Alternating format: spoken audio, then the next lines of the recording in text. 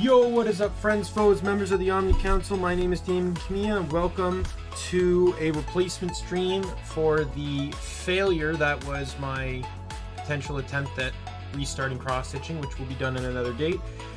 This all has no context because I completely deleted the stream because I have seen no reason to leave effectively a 20-minute stream up for literally no reason other than for me to just complain about all my screw-ups and having to start over on part 3.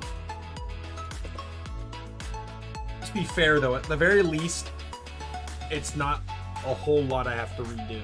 It's only one color. Yeah, so this replacement stream is part 24 of GunFire Reborn. We are going to be doing hard mode.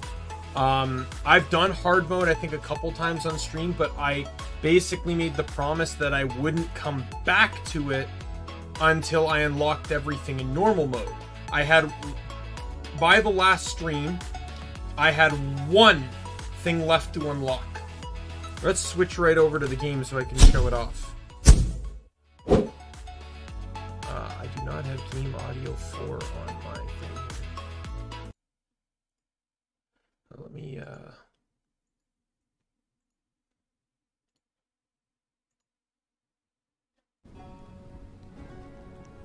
Alright.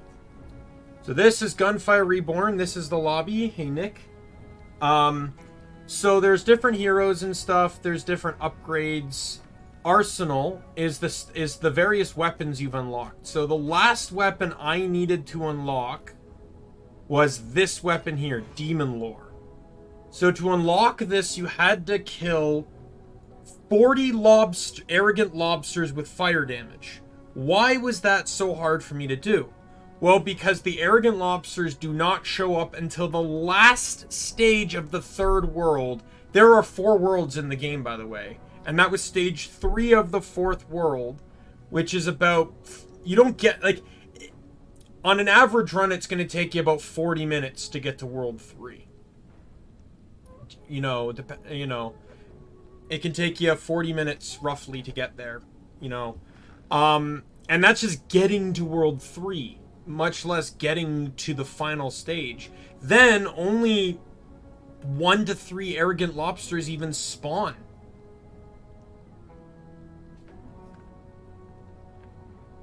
Which really makes it hard to get the kill.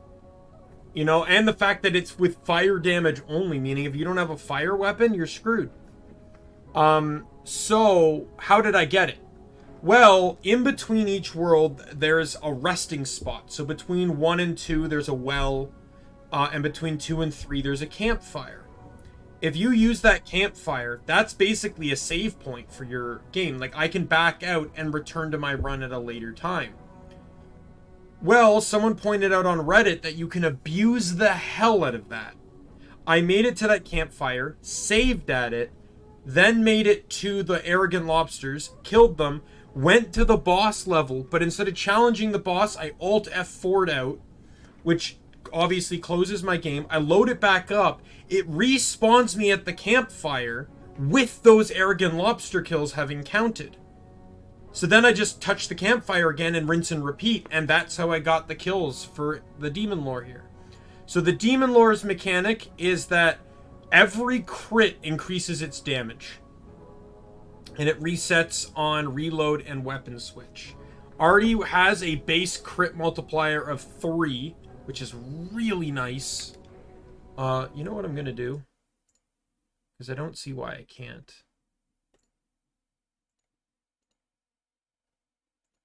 Like, I do this for a lot of games. I disable cursor. But, you know, like, this game, like, has a custom cursor. So, like, why? Let me just check settings here for a second. Because I'm seeing some frame issues, so I just want to make sure.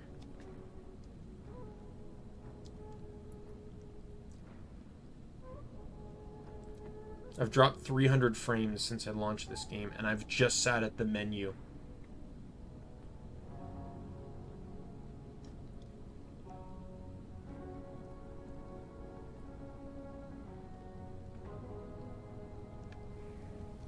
All right, so what we're going to do is so There's two things here you can do. New adventure or daily challenge. The daily challenge is ranked. You generally don't always get the option to pick your character. In this case, apparently I do. Sometimes you're limited onto your character.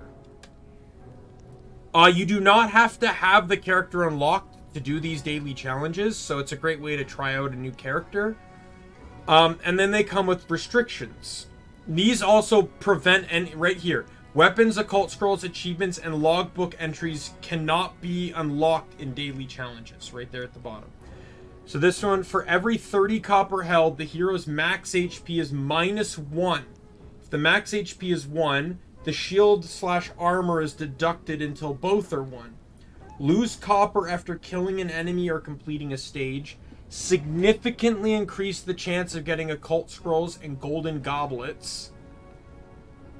Get 600 copper whenever picking up occult scrolls or golden goblets. When buying wares or enhancing weapons, get copper at the price indicated instead of consuming. Interesting. Special effect. Items sold by the peddler. Weapons are always +2. Occult scrolls are buy one, get one free. Buns recover full HP. And the craftsman ability weapon level +2 on each enhancement. However, unscrupulous peddler increases the price of wares sold by peddler by 50%. Alright, but we're not going to do a daily challenge. We're going to do this. So I did oh god. Crap. Well, you're going to see the dying screen.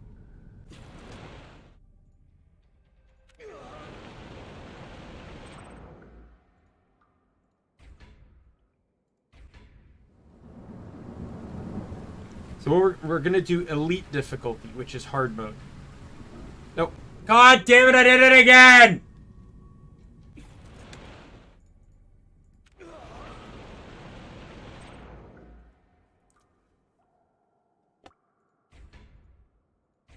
Alright.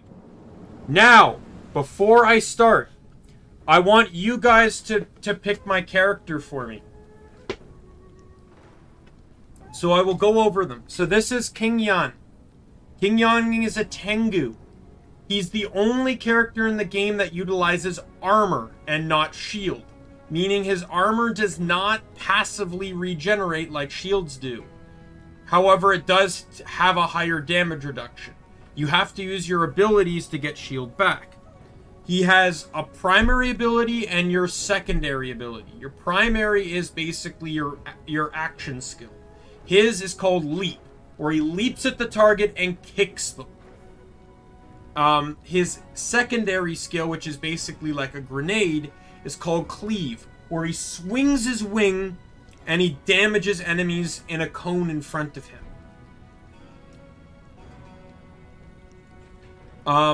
Lei Luo.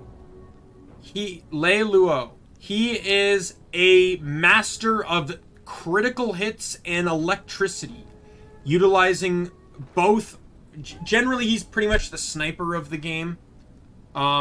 He very much likes scoring his critical hits, and he also has a lot of electric-based powers and abilities. This is Tao. She is the only female character currently in the game. She is kind of a mid-range fighter. Her mechanics generally enjoy utilizing repeative fire, so she's very good with automatic weapons. Her two abilities are Swords Out, where she just unleashes a flurry of swords right onto the target. This boosts in stacks. As you can see, you get stacks. Each stack summons 3 flying swords. Every 15 ammo consumed gains 1 stack. Then you have Fatal Bloom, which is her grenade. And it basically releases a sakura flower that just detonates. Then you got Qian Sui. He is a turtle And he loves moving fast, and he loves punching people to hell. His primary ability is Tidal Aspis, where he puts away his gun and pulls out a shield, and you just punch the living hell out of things. It also changes your dash into a tidal wave type ability called Hurdle. Your secondary is called Striking Punch, and it's just literally a punch. You just smack him in the face with your closed fist. Then you have... Oh, and he gets perks that generally can increase his damage based off of movement speed, which is why I mentioned speed. Then you have Aoi Bai. I hope I'm saying the names right. There a lot of them are Chinese. This game is from China, so it has a lot of Chinese names and stuff. He is basically Salvador if you've ever played Borderlands 2. He basically enjoys using explosives, and his action skill is dual wielding. That's pretty much it. He's basically Salvador in this game.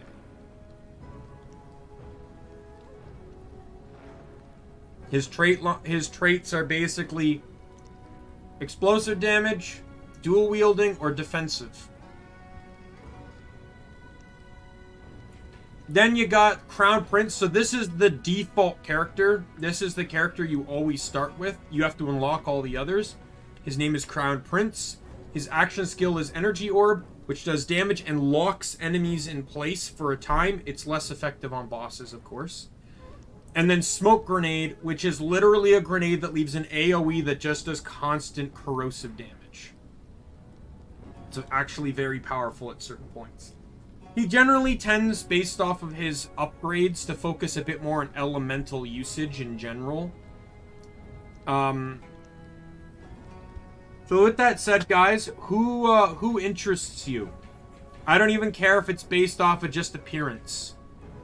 Who do you want me to play as?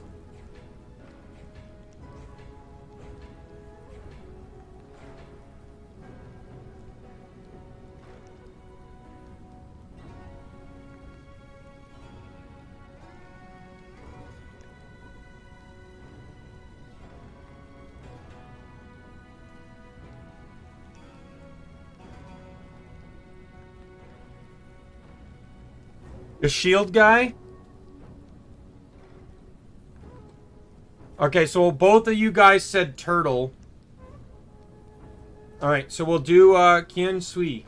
He's actually one of my favorite characters, so this works out.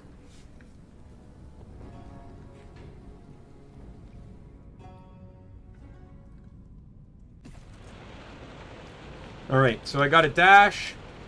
This is your primary gun. It has infinite ammo. You'll see me use it a lot for breaking things, so I can conserve ammo.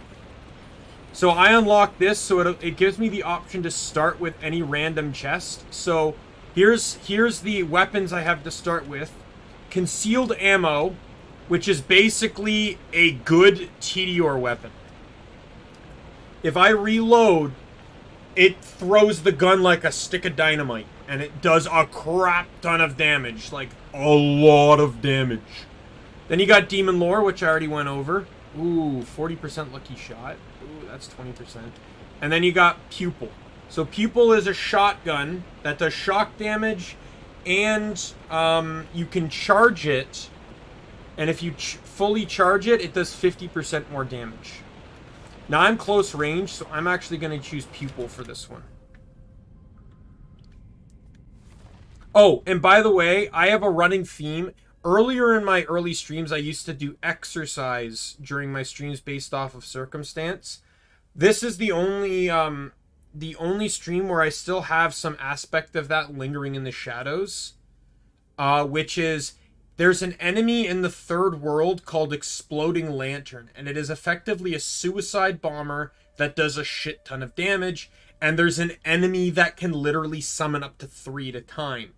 If I die to an Exploding Lantern, it is 20 push-ups and 20 sit-ups. And it can only happen once a stream, though. Right, so we're on hard mode. So, there's going to be additional modifiers as well as traps. This wouldn't appear on normal mode here.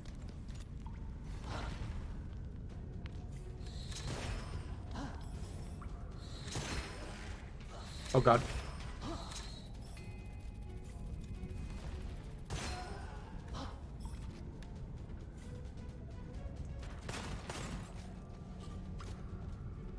Come and get me. Come and get me. Oh, so another reason why speed is very important on this guy. If you look at the bottom corner, you see the 8 with the fist. So that's counting my secondary. But there's this weird gauge and number underneath. That number is higher the faster I'm moving. And that determines bonus damage to my punch. Which is this. Suck it.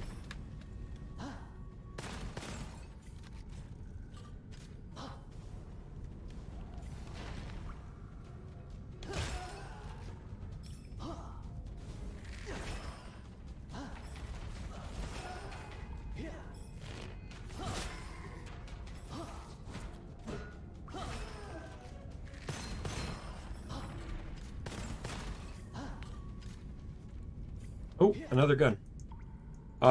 Another gun that shares the same ammo type as the gun I'm already using. Generally, there's 3 ammo types in the game. Normal, which is like machine gun stuff. Large, which is like shotguns and pistols. And then special, which is like rocket launchers and snipers. Generally, unless you have a really good ammo regen set, I never say it's wise to run 2 of the same ammo type. Because it can be very easy to run out of ammo. So this is the first... So this game has 3 levels of randomness to it. The guns that drop and the attributes they have. The golden goblet, which is this. So if we check Ascension, I have all of these skills. Wavebreaker to enhance punch.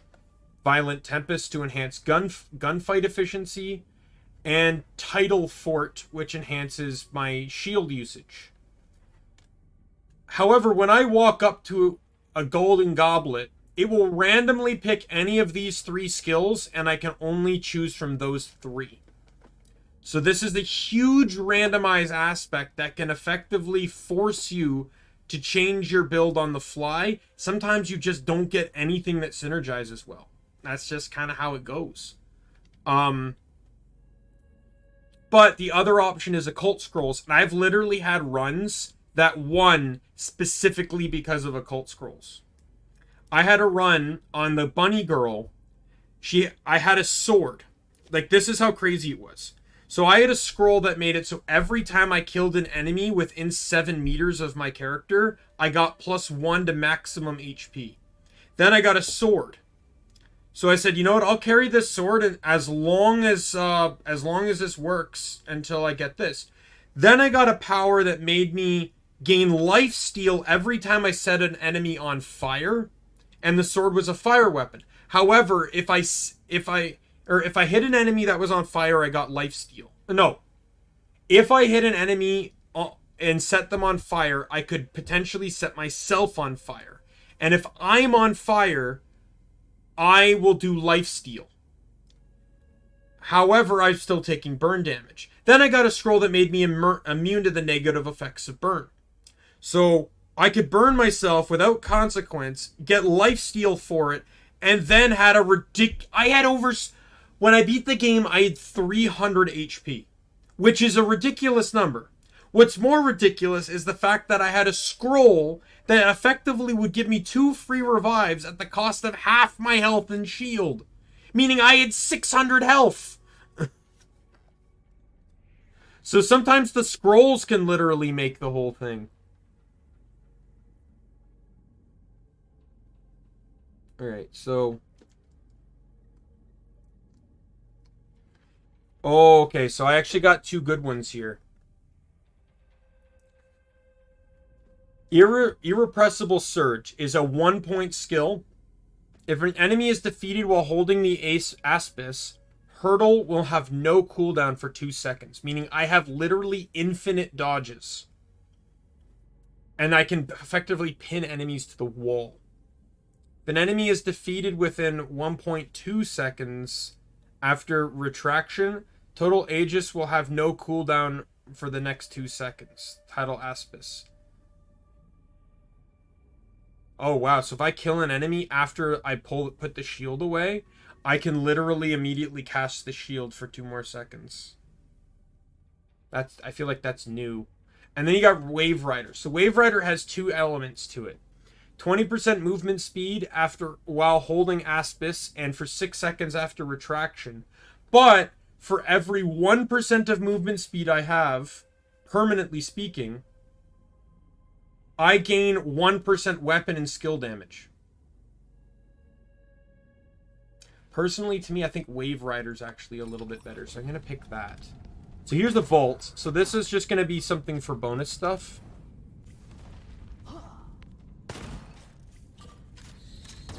Oh.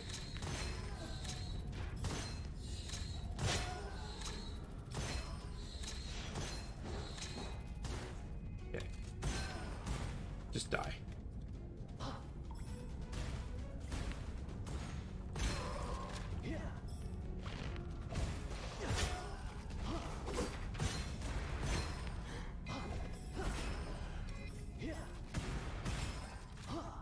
And round done.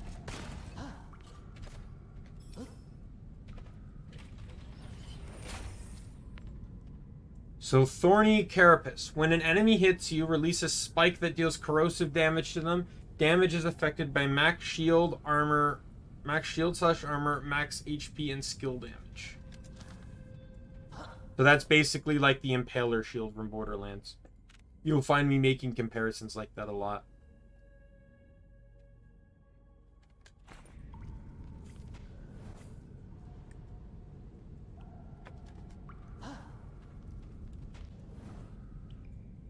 I think one of the reasons why I like this game so much is it's actually very similar to Borderlands 2.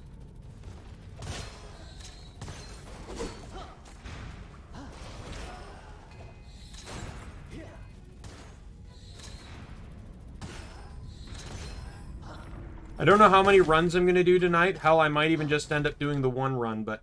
So this is a red chest. It always costs you something. Be it health, money, or a scroll, or it'll give you a cursed scroll for something.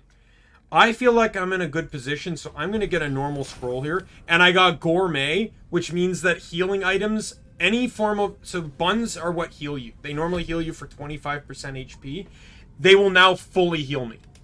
So to me, that's perfect, because the next enemy that drops a bun literally guarantees me full health. And buns aren't that rare anymore. They used to be very rare.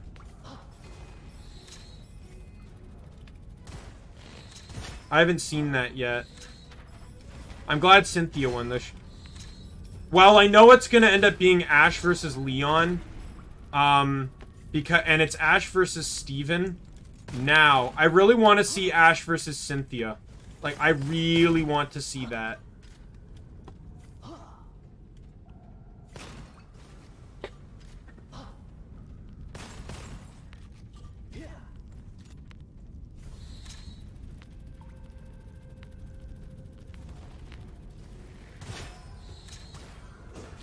I'm really glad they did the the Dawn versus Cynthia battle, though.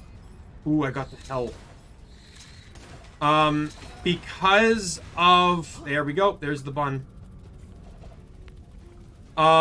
Because it's an homage to the Black and White season, where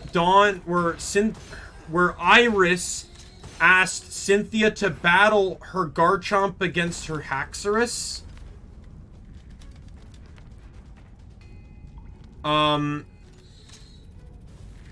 So she could potentially learn a little bit more about dragon types. So it was a nice homage to that. That she's now like a fully grown up trainer and...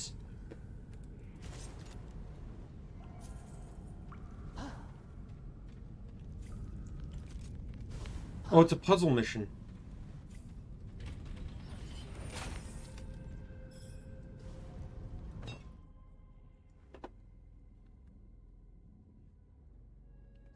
Okay, so I got Irrepressible Surge again.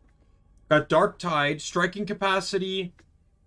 So basically, my secondary gets a +5 to capacity. There's a 50% chance to recover 1 usage of Striking Punch each time you use it while holding the Aspis.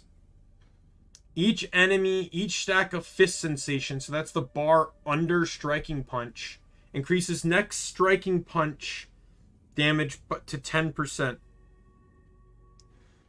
Gain 4 stacks of Fist Sensation immediately after using Hurdle. Yeah. The funny thing is that was before Mega Evolution was revealed. So there is actually a Charizard that is part dragon, which I think would have been really, really funny as a callback if they had her face off against, what's his name, Alden? If they had Iris eliminate Alden, instead of him fighting Steven in a later fight, which is also an homage to the Mega Evolution special, but I think it would have been funny as if he Mega Evolved it and realizes that now it's actually a dragon type. Alright, so the middle one is actually really intriguing to me. Let me check. Oh, go away.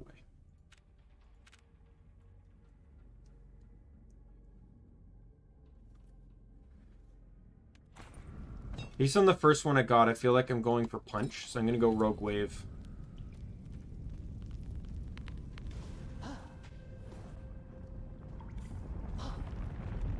To be perfectly honest, I love Charizard, don't get me wrong. But can we stop fucking, like... Can Game Freak stop with their fucking Gen 1 fetish, please? Their Gen 1 starter fetish?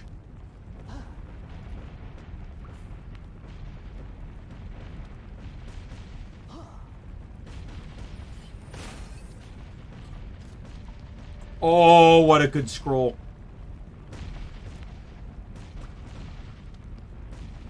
So there's actually a bonus scroll in here.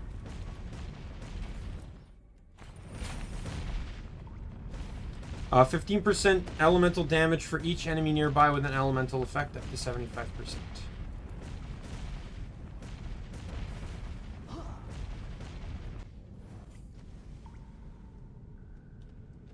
And that's good for you, but like a lot of people are actually getting sick and tired of the Gen 1 starters being used everywhere.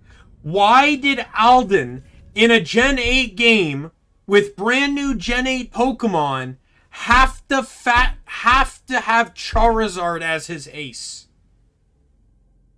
Why? At that point, I don't even mind if Charizard's in the game. But why are they putting front stage and center a Gen 1 Pokemon in a brand new generation? That should have been a Gen 8 Pokemon. To be perfectly honest, I think they should have done that every generation. Gen 1 was obviously Gen 1. Gen 2 didn't do it. Lance's team was identical to his team and pretty much identical to his team in Gen 1. However, prior to him was Karen, which basically pushed the brand new Dark type. You know, with having both Umbreon and Houndoom on her team. So I can sort of give that one a pass. Gen 3, the two champions were Wallace and Steven, both of which used Gen 3 aces in Metagross and Milotic. Or Milotic, however you want to call it. In Gen 4, the champion was Cynthia, whose ace was Garchomp. Another legendary, or not a legendary, sorry, another Gen 4 Pokemon. Gen 5 was Alder and Iris. Iris was Haxorus, which is a Gen 5 Pokemon. Alder, I don't actually know. I never fought Alder. I think Alder's is Bouffalant. Either way, I'm pretty sure Alder only has Gen 5 Pokemon, so... Yeah, he would, because I'm pretty sure, yeah. And then in Gen 6, they start reversing it. They give Diantha's Pokemon is Gardevoir, a Gen 3, but it has a Mega Evolution, which is a little bit of a pass. But could they not introduce any Gen 6 Pokemon with Megas? Like, why couldn't the Gen 6 starters have Megas? I personally feel like there should have been at least 3 to 5 Pokemon from each generation with a Mega.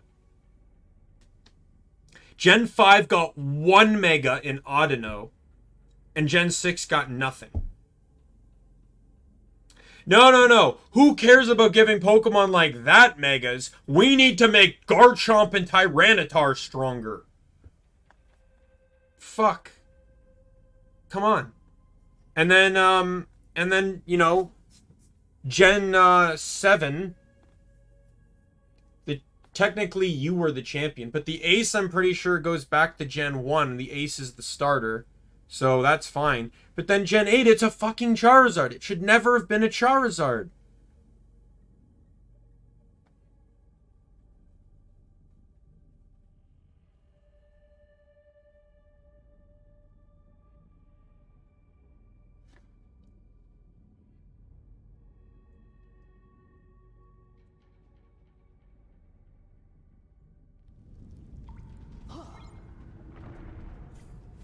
Nope, we got a gauntlet. So there's certain enemies like these guys that always die in one hit. Same with the beetles. So, unless you have something that can handle them, it's just best to not waste ammo. And to just use your primary gun.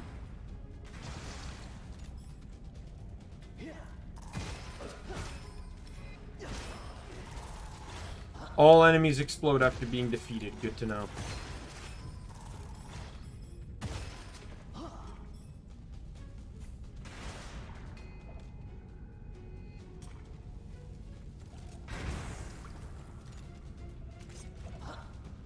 Suck it!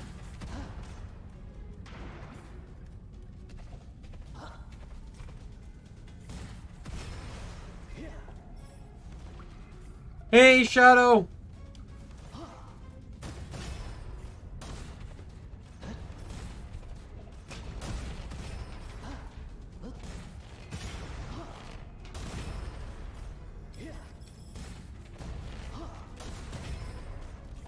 The last wave, let's go.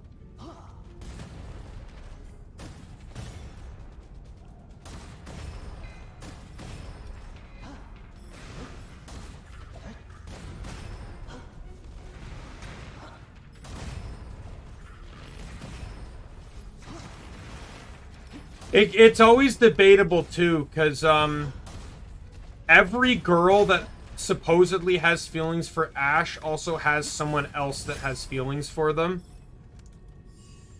With Misty, it's Tracy.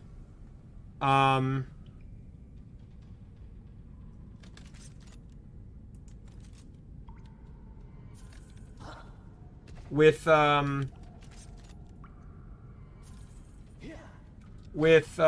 May, it's Drew. With Dawn, it's Kenny. Iris, I don't think showed any interest in Ash. Iris just ended up having a rival in Georgia. And then Serena was different because her feelings for Ash were so strong. She wouldn't care for anyone else, so instead they gave her a girl that liked Ash.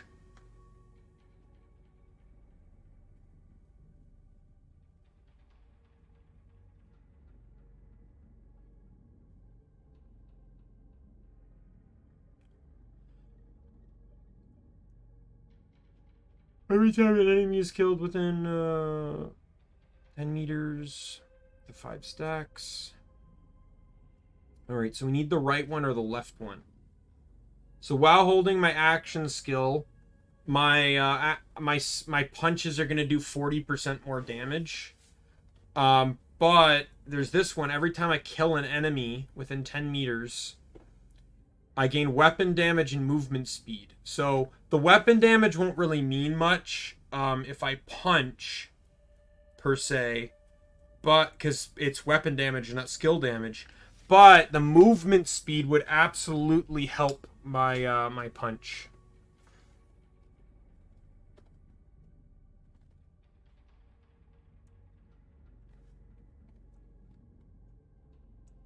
Go with this one.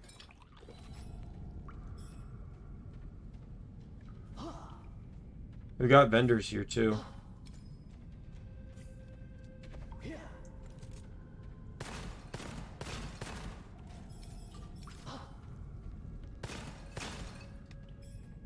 Hey, Neko! Oh, that's so good! Oh, both of them are good. I'm buying them both. Is there actually a good weapon here now? I have to get that. It's not good, but I have to get it. So, in this game, weapons actually provide movement speed dependent on the weapon you're carrying. Melee weapons contain the highest degree of movement speed out of any weapon in the game. So I will move my fastest with the sword in hand.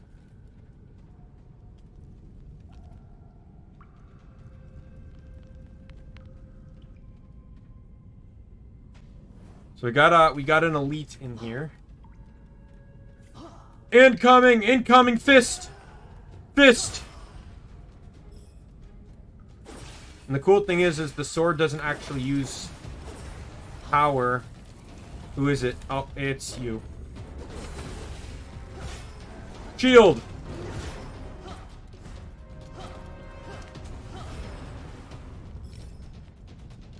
And he's dead. Another sheet, another gun, another sword. I'm tempted.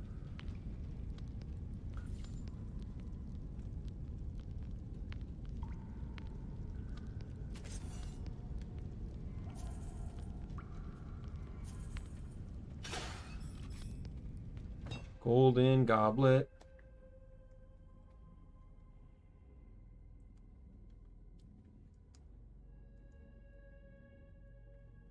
Oh, wow, both of them.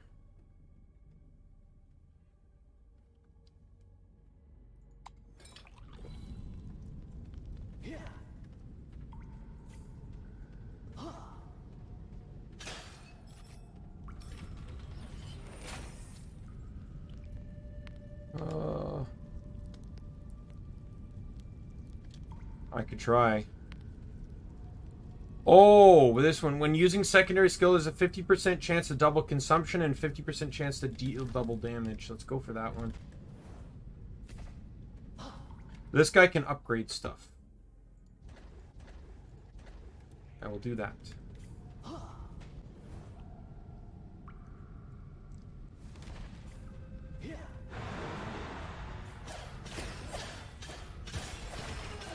Spent so much time explaining the mechanics of this game and then talking with you guys about stuff. I should not still be on level 1. I'm just going to give that that concept right now.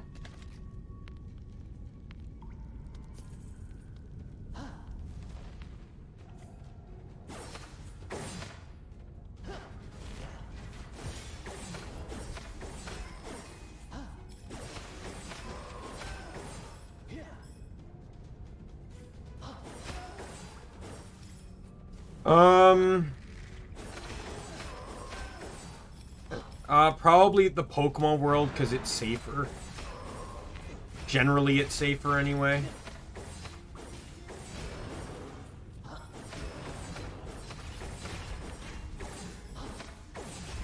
Like, hell, half their problems get solved by 10-year-old kids, so why would it not be safer?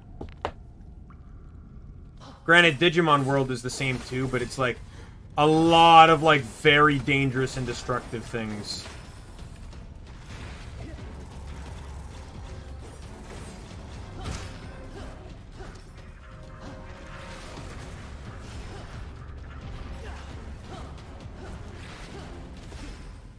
Dead. There's a mortar here, which I'm gonna sell.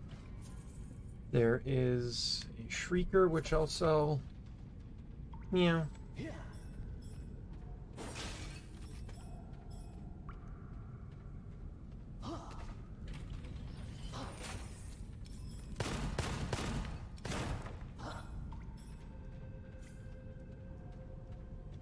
Give me all things and everythings.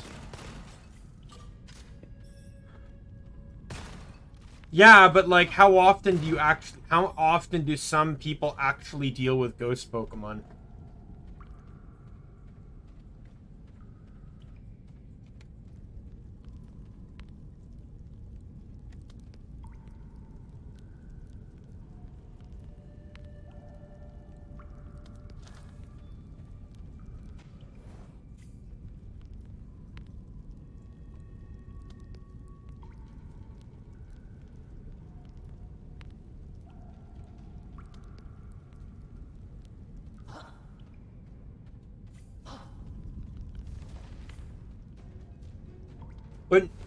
But Neko, if you don't do the Digimon world, you can never have Renamon as a waifu.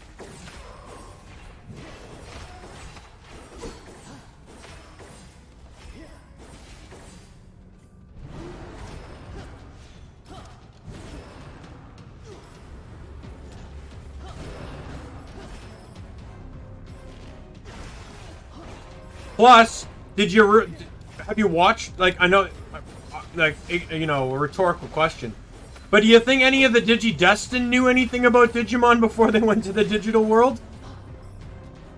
Like, outside of, I would say outside of Season 2 and arguably Season 3, none of the Digidestin, at least within the first 4 seasons, knew. Like, Season 1 and 4, they had no knowledge of the digital world going in.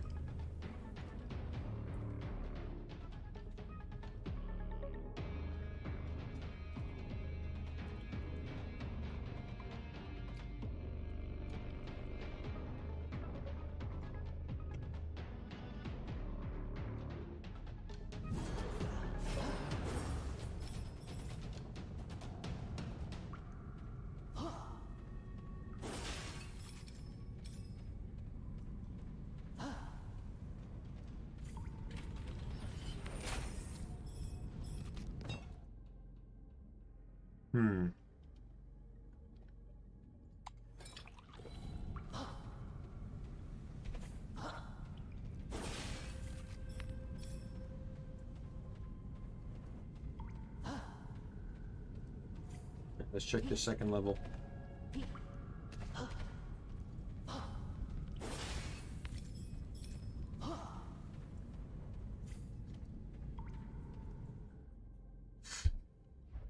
No.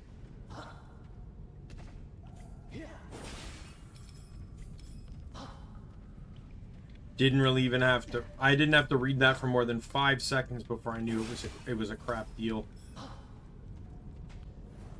Golem. All right. So every level has a boss, and initially each level only has one boss. But once you beat that boss 3 times, you unlock the second boss. So the Golem is the second boss. He's stationary, but he can pretty much rain hellfire down on you.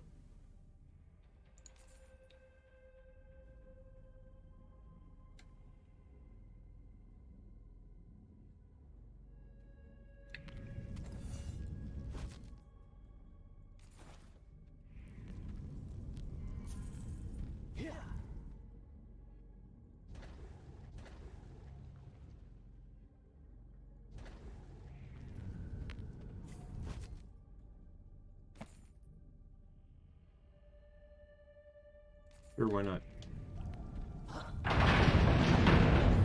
Alright, cutscene.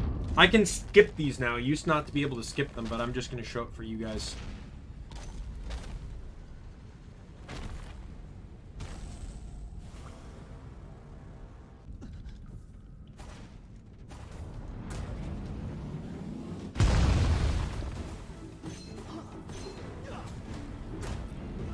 Oh, look at the damage! Look at the damage!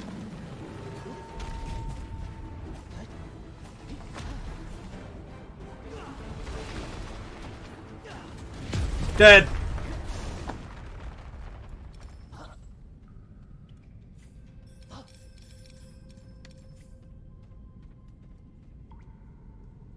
Oh, premium membership, let's go! Oh, one of the best scrolls in the game. Alright, well, I'm gonna sell that. No intention of ever using that. Nope. That's gonna slow me.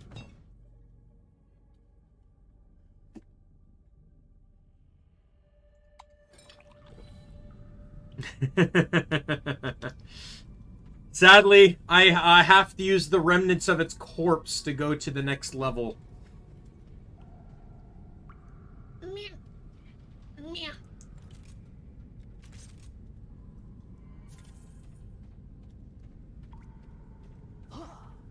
I'm gonna quickly just scale the room and destroy every single vase in the room so I can get more money and more, Yeah, so premium membership is the reason you can still have, like, thousands of gold late game. So basically what it does is every single time you buy something, 30% of the costs are returned to you. So it effectively makes everything 30% cheaper. However, you still have to have the total money.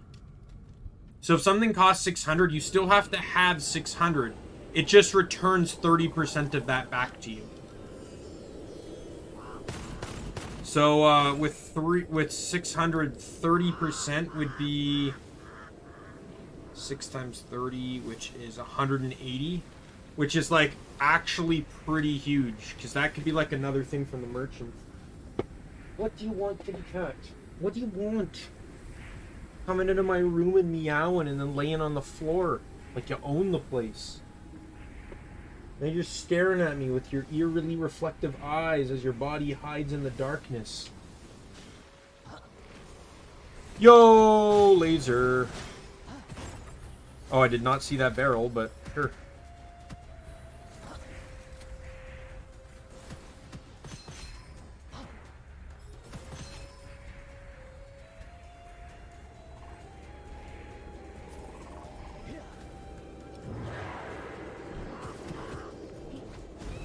Yo, anarchist, let's slow your roll here, my dude.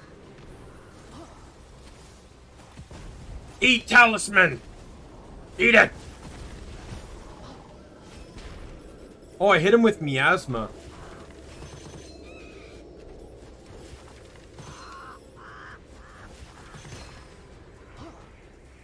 Oh man, that's right. I can hit with combustion. Oh, I got a smile on my face now. So there's 3 elements in this game. I think it's poison, shock, and fire. However, if an enemy has 2 statuses on at the same time, they will suffer from a hybrid status. And some of those statuses are actually, like, broken to all hell.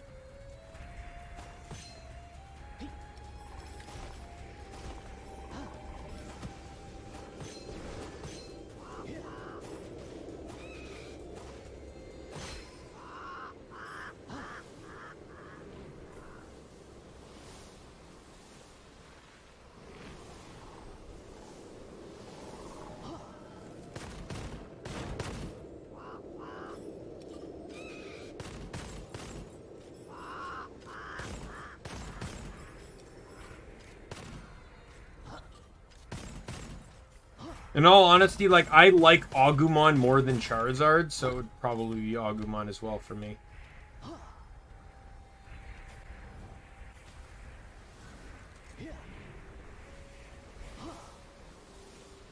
It'd be another interesting stream, Digimon type stream. One that we could get other people included in on. If we did like a Genshin Digimon stream, where we determined like what Digimon would belong with each playable Genshin character. I know next to nothing about Genshin, but then that's where Shadow could step in.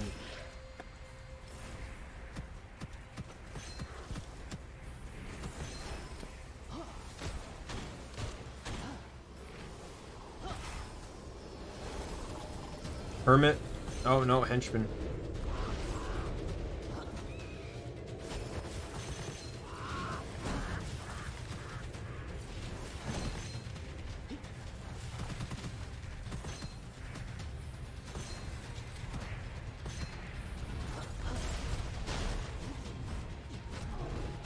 My shield is better than yours.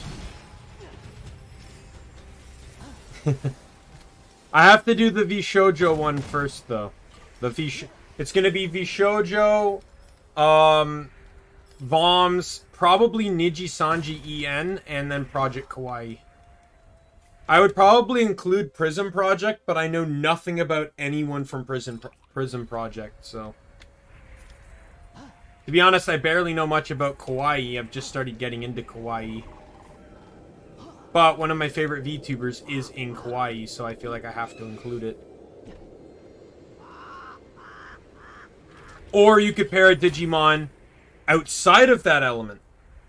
Like, Barbara's a water user, but that doesn't mean she has to have a water Digimon. She just has to have a healer. She's very much a healer/religious person. She could actually do very well with someone, say, like Cherubimon. Yeah, well, I kind of, I don't know. When I realized that I was going to do groups, I didn't know if I was going to include indies.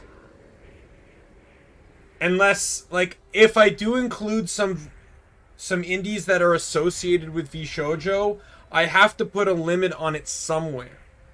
And where would that limit be? Like Snuffy and Haruka? Is that it? Like honorary Vshoujo?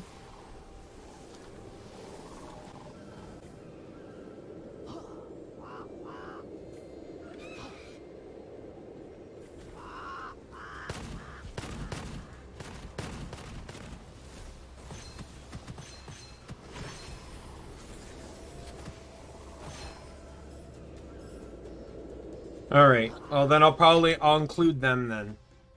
To be honest, I don't even know why they're not Vshoujo. Let's be honest right here.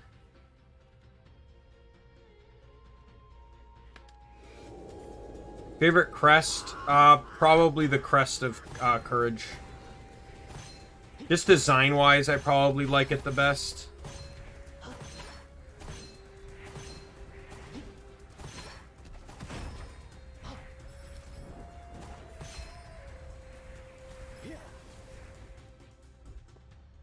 Project Melody would probably have...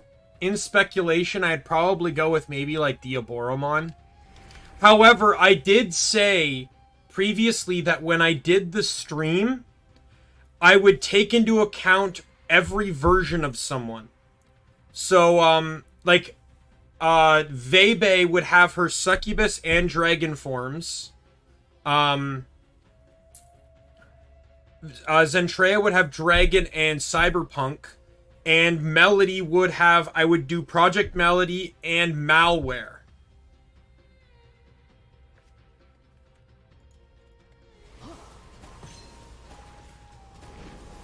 So Malware would probably be Diaboromon, because I think that fits well.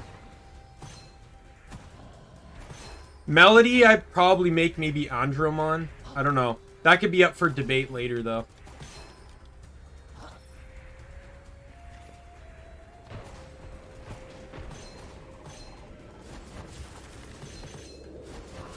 I'd probably like the Crest of Love more if the writers could actually figure out how to fucking care for actually fucking write Sora properly.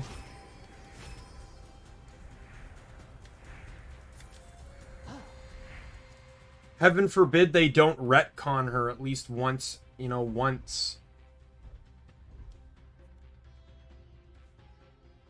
Yeah, I don't like any of those. If it was a scroll, maybe, but...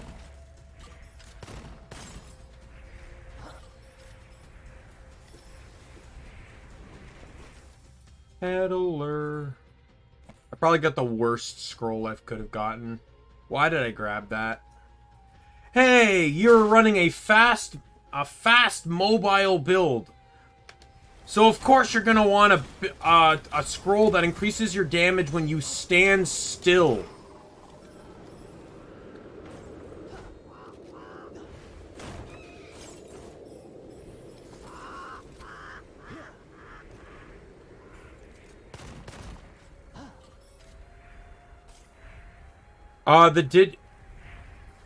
What Digimon did I put with Polka? I know, I think I specifically made it so Polka had Piedmon at Mega. Because Piedmon is clown-based.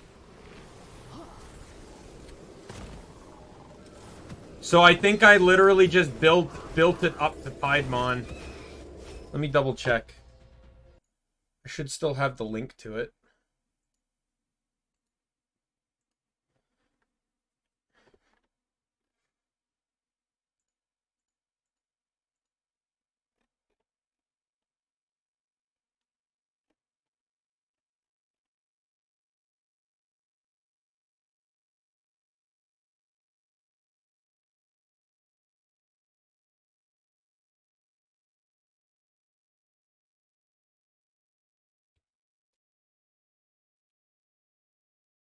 Yeah, so Polka is Chumon, and then is it Sukamon, Edamon, and then Piedmon.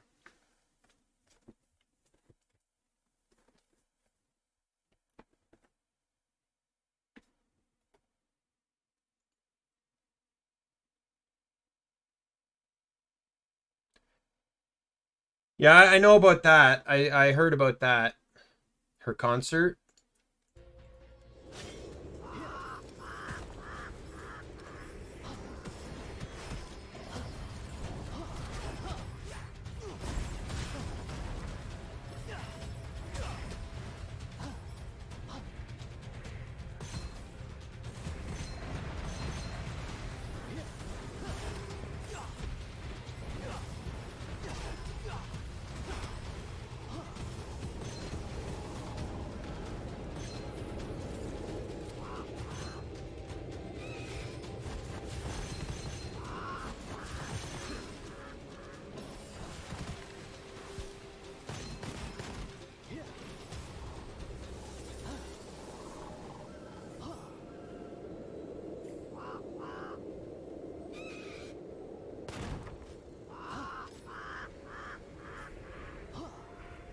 Oh, dude, how did I forget to include Yago in that whole thing?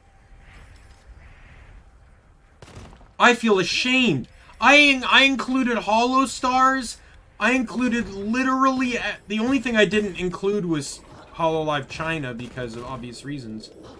How did I not remember to include Yago? I feel so ashamed.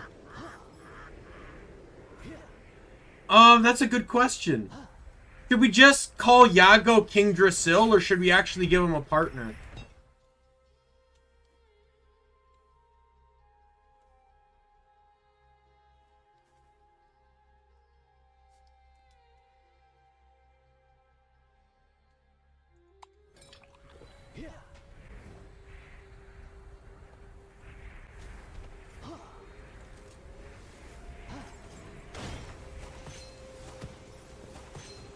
I don't know why I wasn't thinking.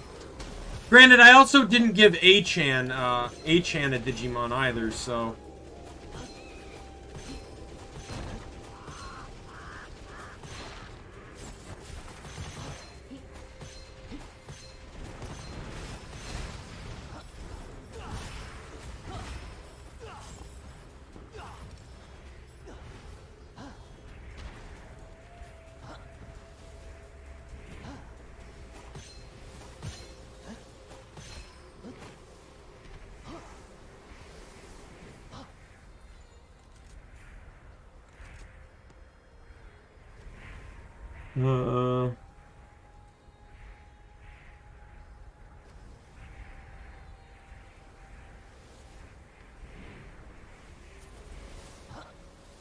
My weapon does bonus damage on burn, and it's a fire weapon. Of course, I'm gonna keep running it.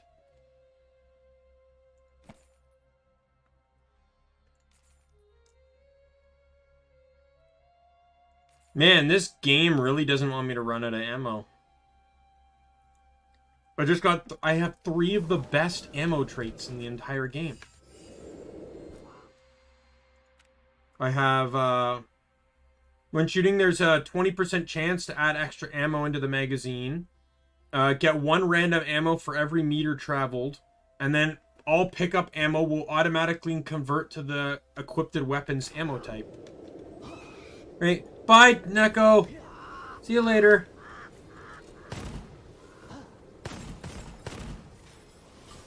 I'm already, like, overwhelmed with this week, where it's like, tomorrow, the HoloLive guys debut, and then 2 days later, the Nijisanji group debuts, and it's like, I feel not only a bit burned out, but I've also had a different opinion on company VTubers since I debuted. Etheria was the last group I actually kind of enjoyed.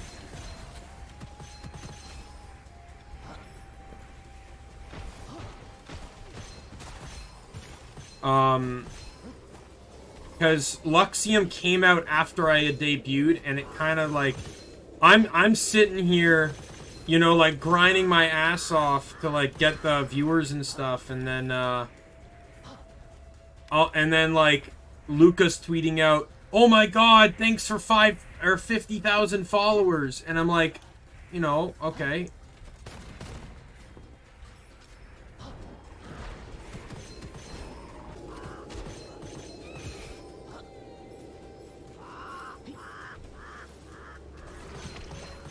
Because the thing is, it's kind of instinctive. A lot of people will not there's a lot of people that generally, A, do not watch people outside of HoloLive, and B, if they do, they really only watch corporate VTubers. They don't watch non-corporate. They don't watch indies. I might die here.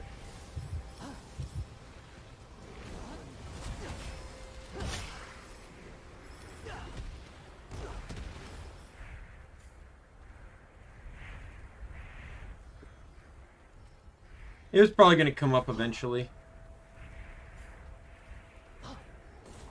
Hey, Fagia! Welcome!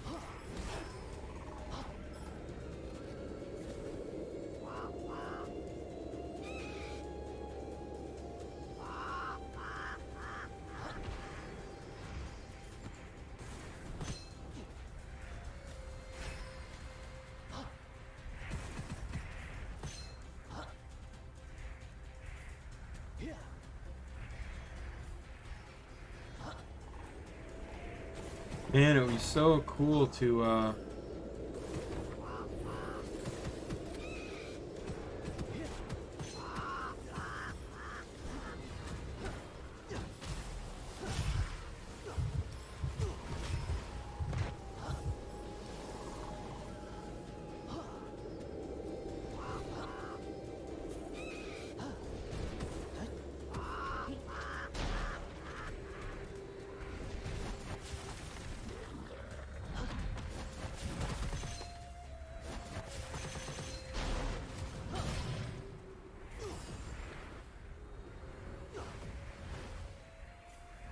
Oh my God.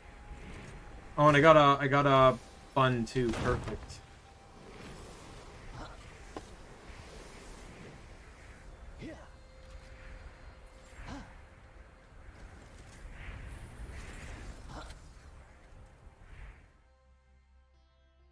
Part of me is kind of happy though that I didn't end up getting, like, I'm a little upset that I'm not in, like, because I applied to both Nijisanji and HoloLive. You know, I would have preferred Nijisanji over HoloLive, but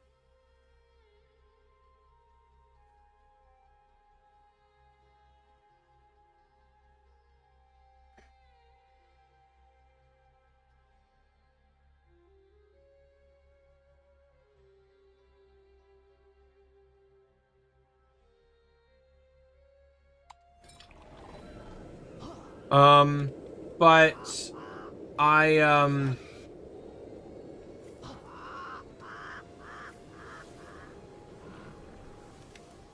I don't know how to feel about Hololive, especially with all the flack they've been getting lately. And on top of that, Hololive is still very much, like, gender segregated. They say they don't encourage that kind of behavior and talents can do what they want. They also don't do anything to discourage the segregation. Like, case in point, quite a while ago, a new VTuber card pack came out. Right? In that card pack featured 3 Hololive talents. Toa and Watame from Gen 4, and Rabaru from Holostars Gen 3. Or Gen 2, sorry.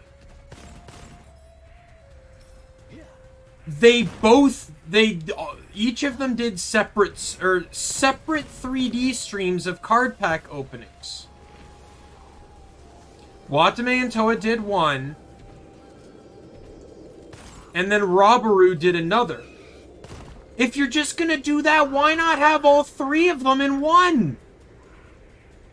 Celebrate this achievement as a whole. Toa's collabed with more external male talent than she's collabed with people in Hololive. I don't think I can think of one moment she's collabed with a single Holostars member.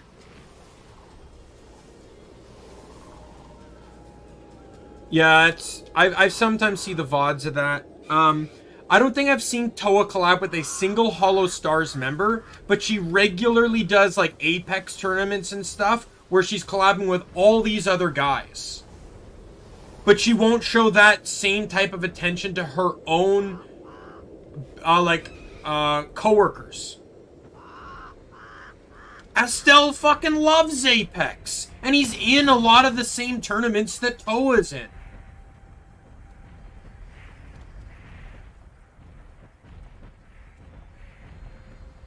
Hell, even the last one that had Suisse, where it was Toa, Aqua, and Suisse, both Rabaru, Matsuri, and Estelle were all in that tournament, just all on different teams. And on top of that, Watame has collabed with the Holostar before. I forget his name, but he was the long pink-haired guy that graduated.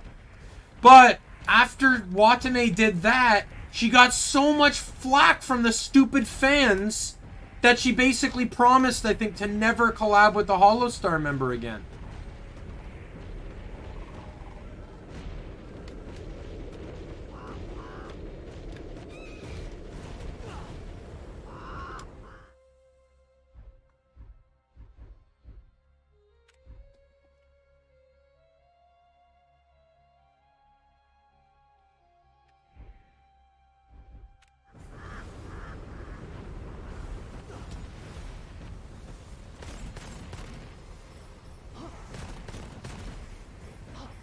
People just need to fucking chill. But at the same time, like...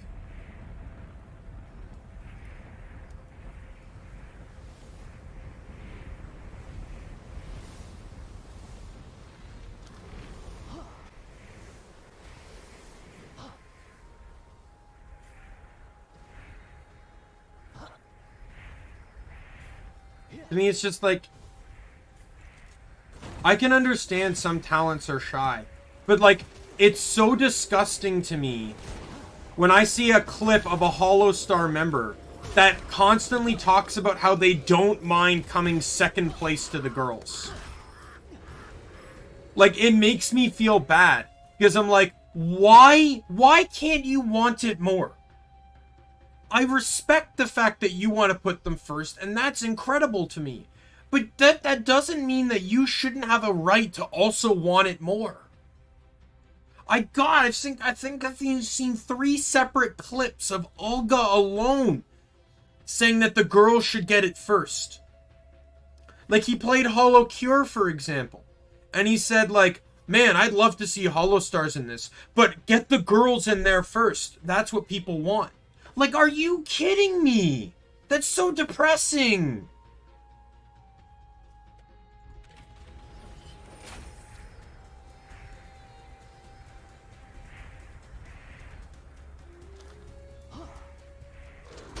Like, come on, Olga, dude. You have just as much of a right as anyone to want and desire.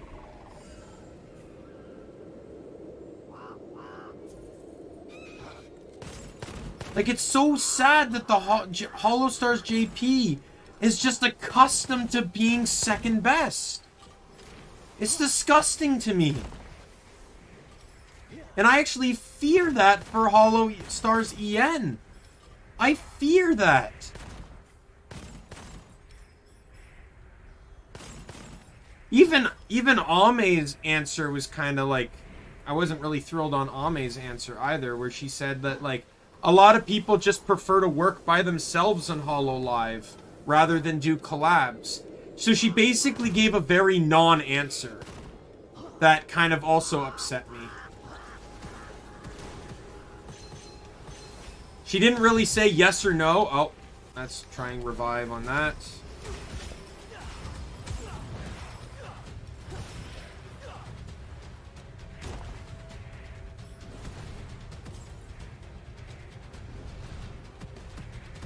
Dead.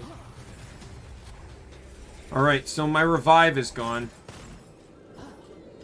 So the game just got a bit more dangerous now. I don't know if I'm actually going to even make it to the third world boss.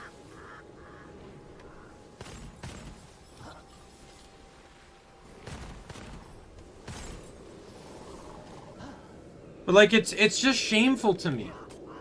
And I actually have fear for the Holostar EN guys that are walking into what is effectively a landmine of gender segregation and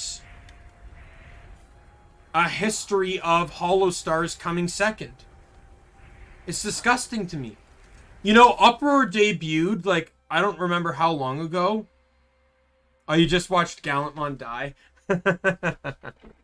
I was like a little bit ago, those Uproar guys, you know, debuted. The 4th generation of Holostars. I don't know any of their names. And I've seen next to nothing about them. Clippers aren't picking them up. And I'm just not seeing them at all. Granted, I don't have the bell on for every single JP talent. I really only have the bell on for the JP talent I actually really, really enjoy watching. And even then, I generally don't watch them too often. I prefer to watch... Oh, I have 1 HP left. I'm dead. Game over.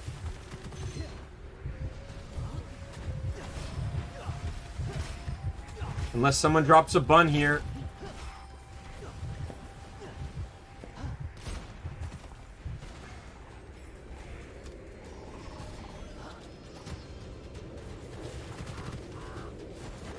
Why did your crit spot have to be on your back? Bun! Oh my god, what a save.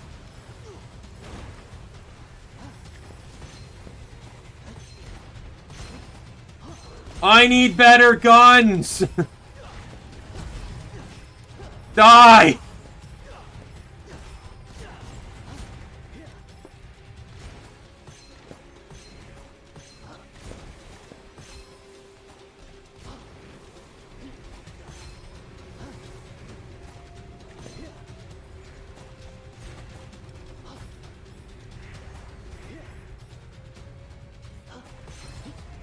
Oh, come on!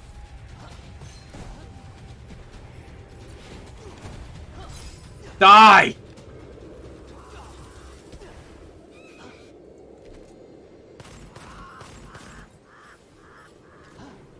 Oh my god, what a save.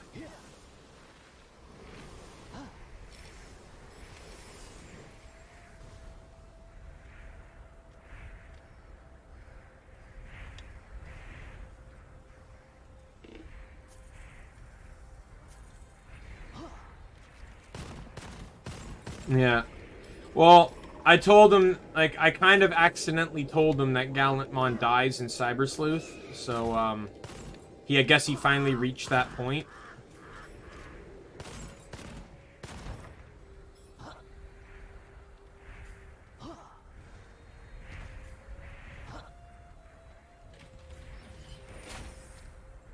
But like, Nick, what is your opinion on like the state of where Hollow Stars is? I'm just interested on your opinion on the matter. Like, it's one thing, like, there's only a JP branch right now, so I can only learn about them through clips, because translated clips, because I can't understand Japanese.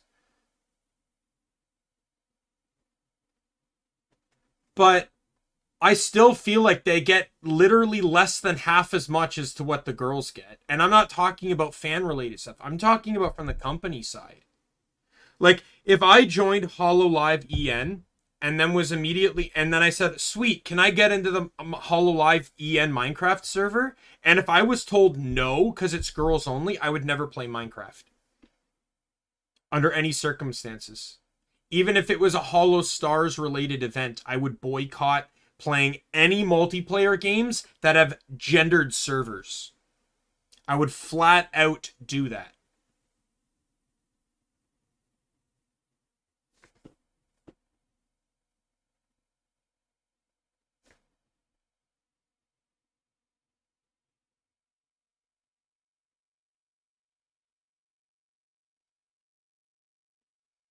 All right, let's see. What am I getting here?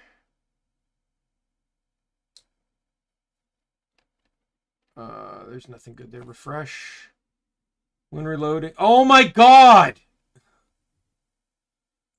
Okay, well, fine. I'm taking that.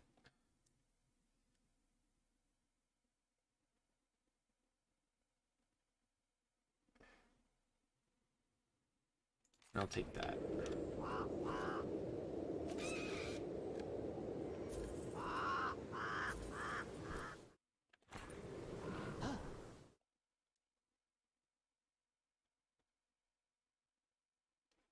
I know, like, people were saying it's like, oh, you know, Hololive is making an English Stars branch now because of the success of Luxium. And I'm like, no, they're making one because they probably always wanted to make one, but Hollow Stars JP was so far behind compared to other talents that if Ian debuted, was a huge success and got a bunch of stuff the JP side hadn't gotten yet, it would have been considered blatant favoritism. They caught, like, remember this. Around EN's success, what started happening? All the Stars talents were getting 3D models. Every single one of them. The only one prior to that had one was Rika. Beyond that, every single talent started getting one at a very rapid rate. They started getting new costumes and new outfits. Then they released a new gen, Uproar. They did all that within effectively like a year and a half.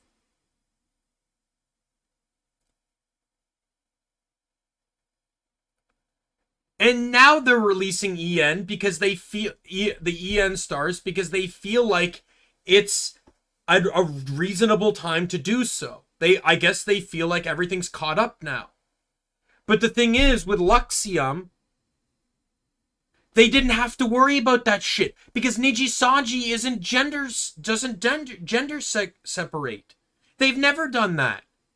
As a matter of fact, while Nijisanji doesn't have as many million sub talents like Hololive does, it has 3, and 2 of them are male.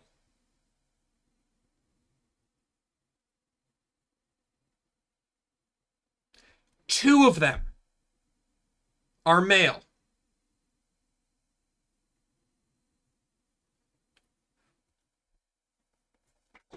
I don't think they're. Let me check the holodecks. Channels, holodecks. So Gura's over 4 million, Cowley's over 2. So let's scroll all the way down.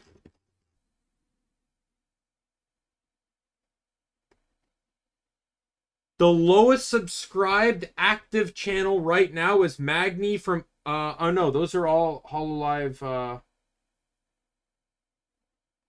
those are all the EN guys. Is Utsugi Uyu at 60K. What's the highest subscribed star right now? Is it Robaru still? It's Robaru. Robaru has 262,000 subscribers.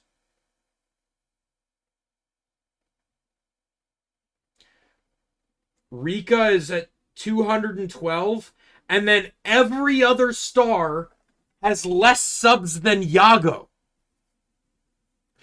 Yago's channel, that he doesn't even use, has more subscribers than pretty much every single Hollow Star.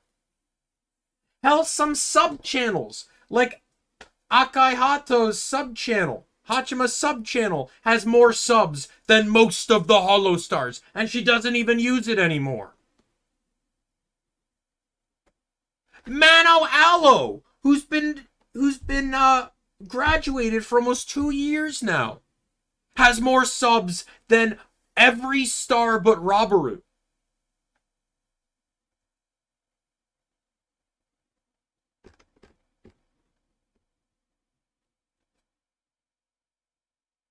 Omega's channel has more subs than, I think, half the stars. I believe they will. I don't know why they haven't. They're in the EN market. They know how it works. Like, you can, I know you can apply, but I don't know if they're seeking male talent yet. But even then, like, VShojo, though, would allow you to bring your model over. However, I don't know if I'd want to join VShojo.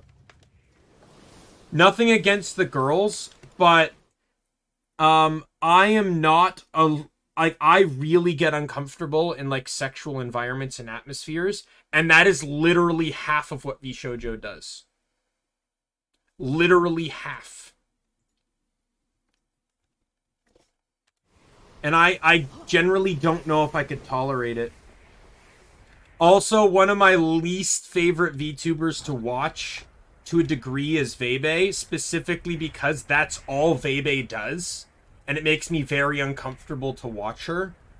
Now, don't get me wrong, Vebe's, alright, thanks for stopping by, Shadow, if you're leaving. Yeah, she, like, Vebe is, like, don't get me wrong, she's a fine talent, but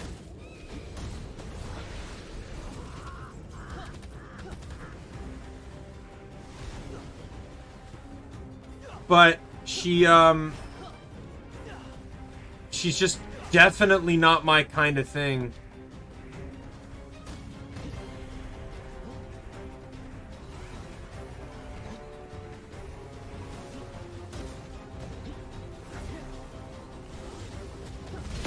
Dead. And I got a new scroll, too. Like, there's some funny clips I've seen of Vey. And, like, moments that it's like, when she challenged the Pooh boss in Conkers, like, that was, like, kind of sexual, but it was still funny. Because she's playing off what he's singing in the song. Which is really funny. But generally speaking, like,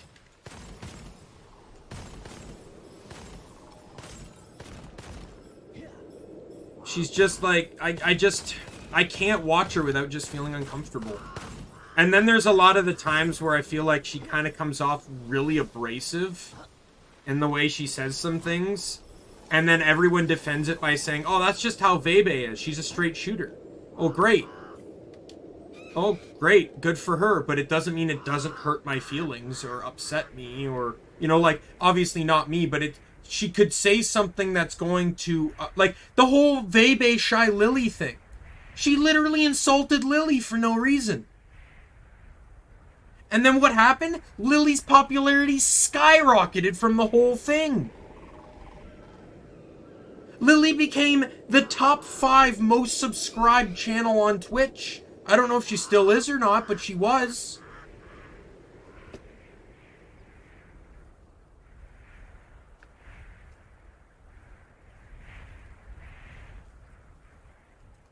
Yeah, That was a funny moment. Don't get me wrong, that was hilarious. But like, just generally speaking,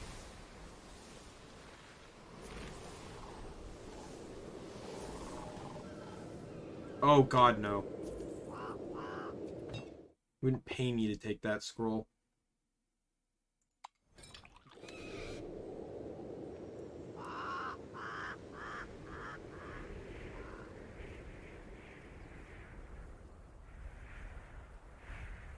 Interesting.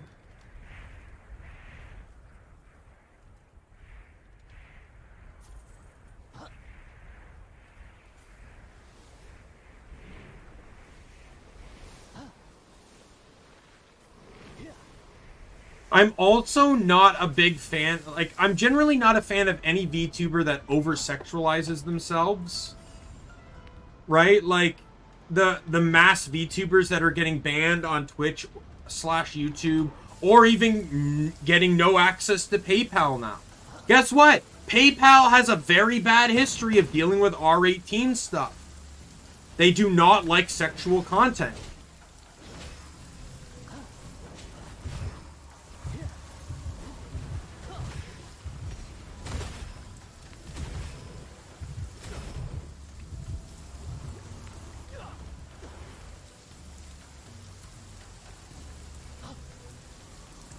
So I generally don't like, but then they're the people that whine when they lose that stuff. Well, it's like, of course! You can't have literally half your tits sticking out and have them the size, size larger than your head and not expect consequences from a platform that doesn't want that shit on their platform. Exactly!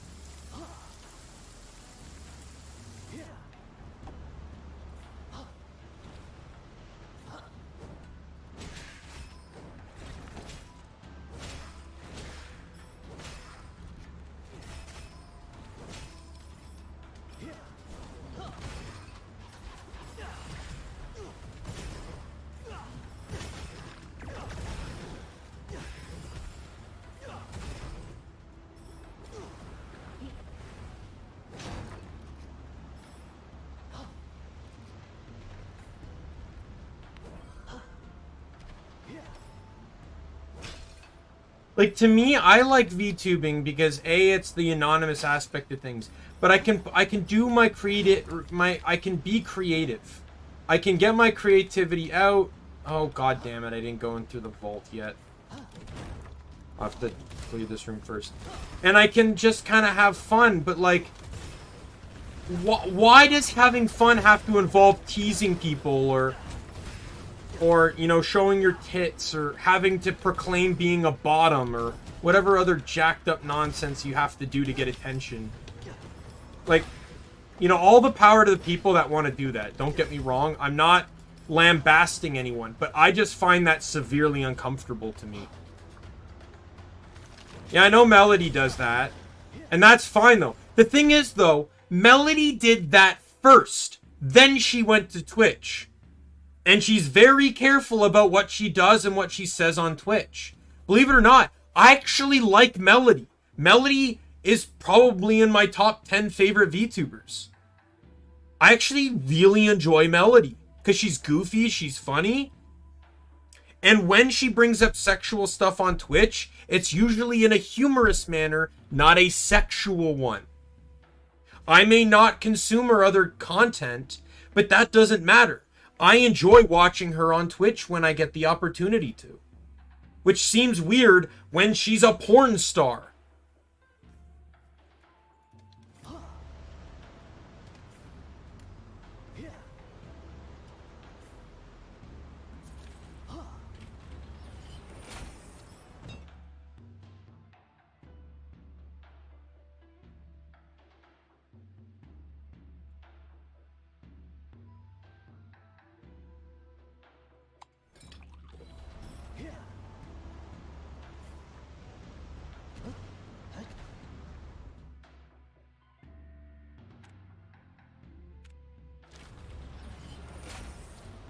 Oh my god, triple comeback. It's a risky scroll, but I'm gonna take it.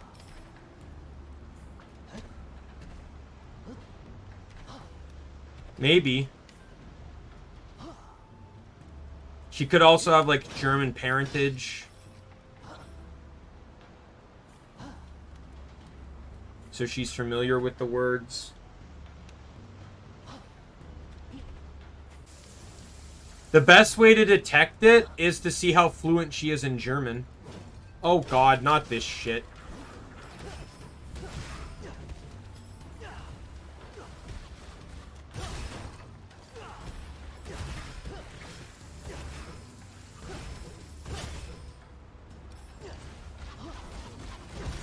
Can I go up the goddamn ramp?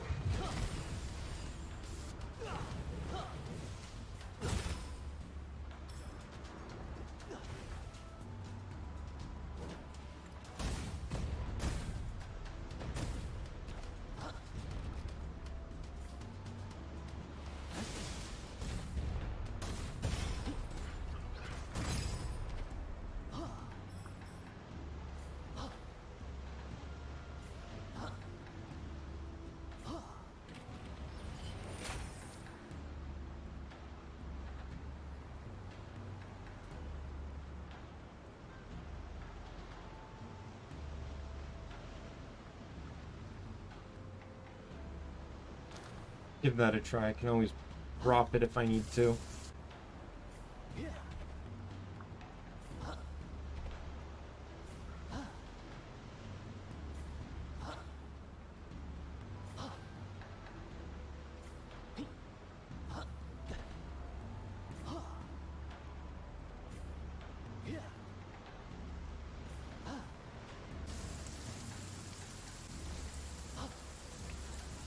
The guy said this on Twitter before, that I get discouraged from talking to any YouTuber on Twitter that has the /18 emote in their name or in their profile.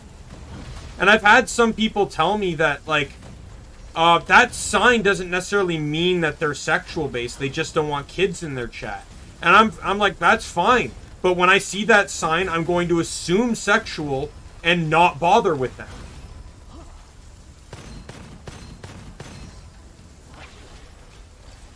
Right? Triple comeback. My roommate's home. I don't think I'm making it much further anyways. I got one more triple comeback and then that's it.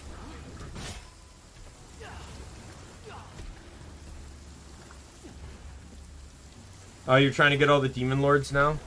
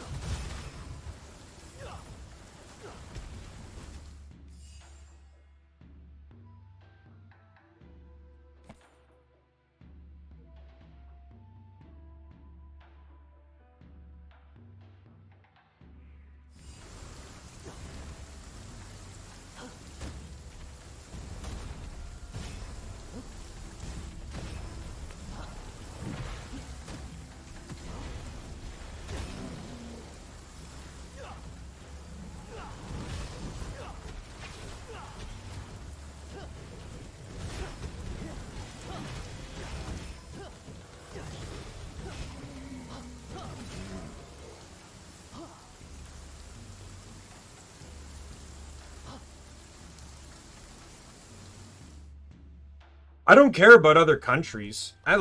Generally I don't attempt to watch VTubers that don't speak English. Like, even in Hollow Live, I generally will not watch VTubers that don't speak English over ones that do.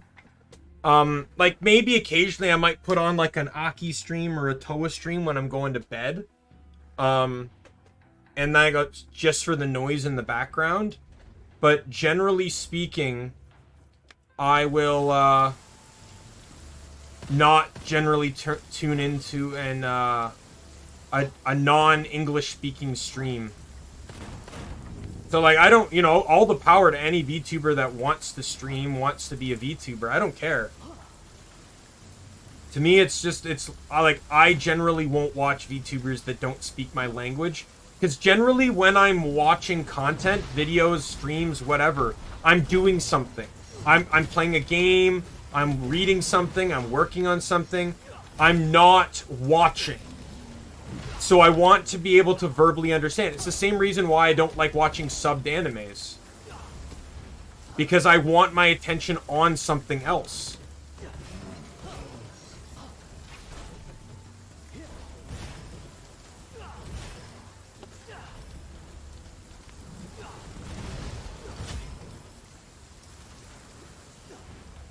So I want to be able to listen to what's going on. Rather than, like, there was one VTuber actually, like, watching, I believe she was Vietnamese. But she graduated, like, just before I was debuting. So, any hope of ever working with her went down the drain.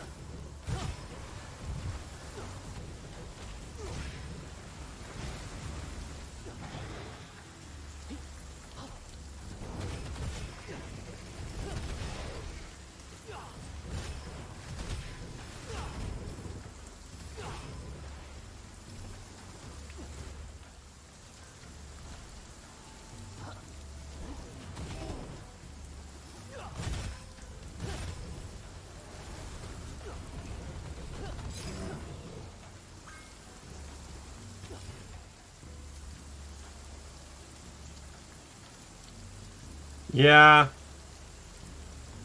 The Platinum Numamon thing helped me out a lot with just getting levels, but yeah, sometimes you just kind of have to leave them in the bank. Once you beat the game, though, apparently you can buy items that permanently raise the stats, but...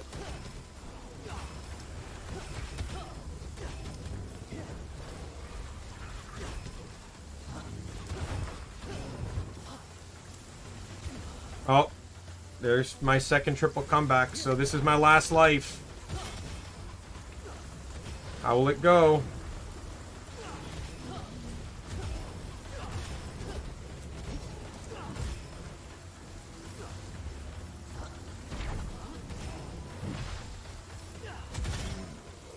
Portals opened.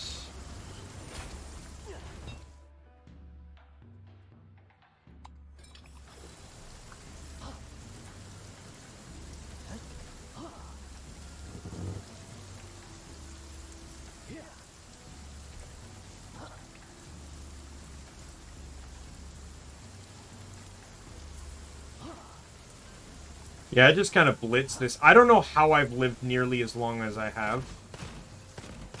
Like, it's some kind of, like, miracle. I should have died, like, 7 times over by now.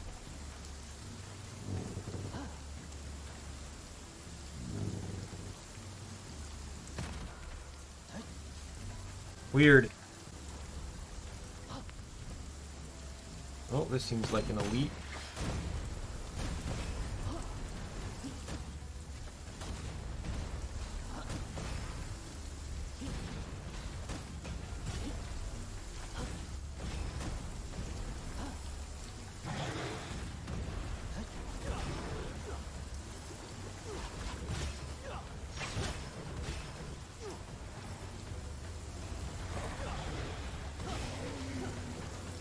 Elite Catfish Warrior, and he's dead.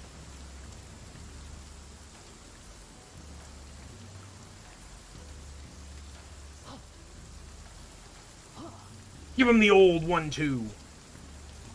Yeah. The shield has really saved me. That's a bit late to get that. Oh! Okay, I don't have any curse scrolls, so I'm actually going to go with this one because it doubles secondary capacity. So I now literally have like an incredibly large amount of punches I can carry. So 8 plus 10 and then times 2. I don't know whether the times 2 occurs first. It'll be entirely based on whether I have 26 or 26 or 36.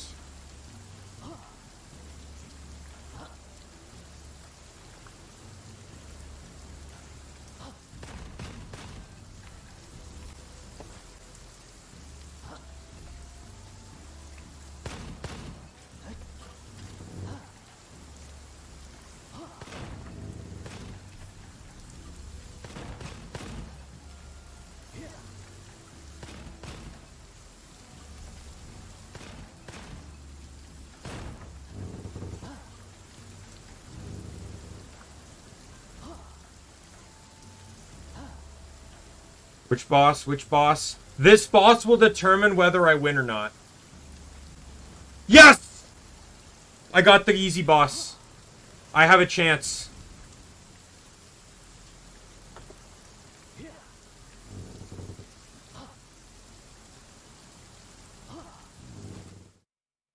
Okay, no. Take that. Refresh. Take that.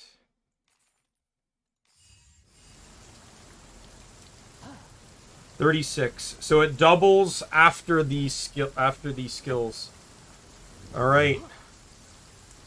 There's the snake. He'll do a dash.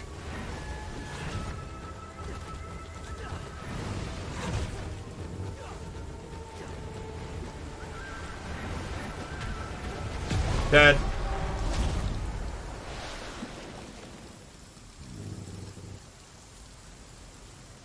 The other boss is a pirate ship.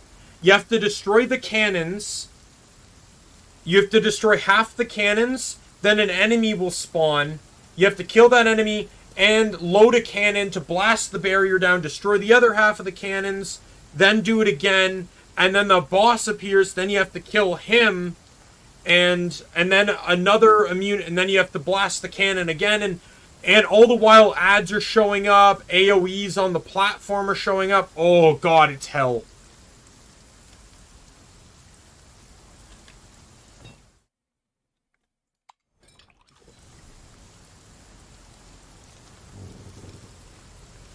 Alright, so I don't know if it's gonna happen, but I'm doing World 4.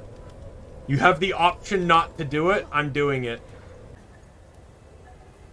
I think I have a really good chance. Like, I just got,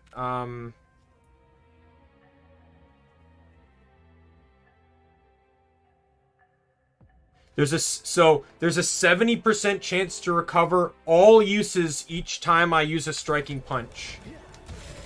So on one punch, I have a 70% chance to just get all my punches back. Which means I can just punch to fucking high heaven.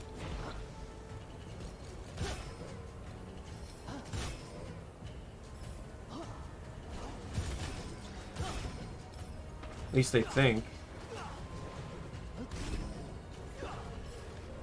I think the double consumption one is actually hurting me here.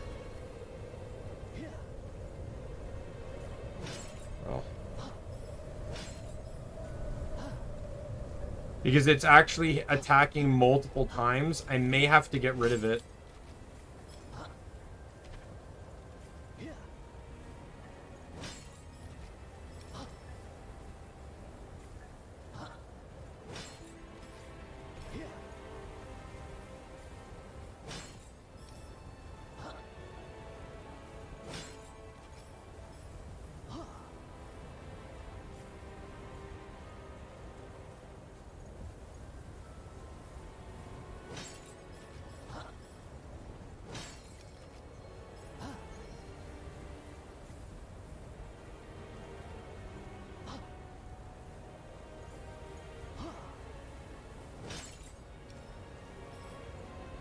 Chloe, hello!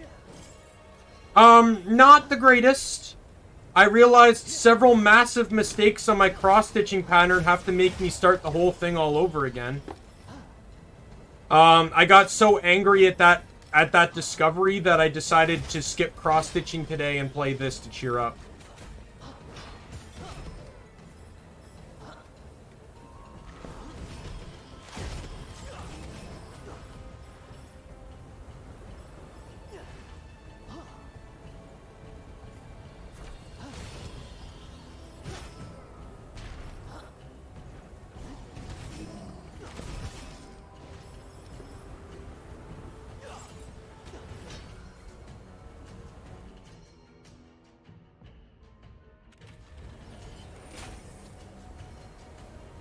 Oh, yin and yang, that's a good scroll.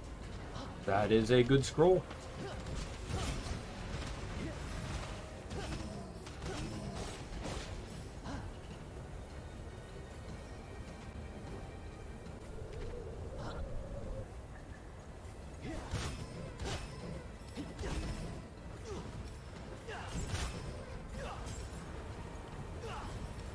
I don't think I've ever seen an elite spawn on this map, but I already know which elite it is, because there's only 2 elites.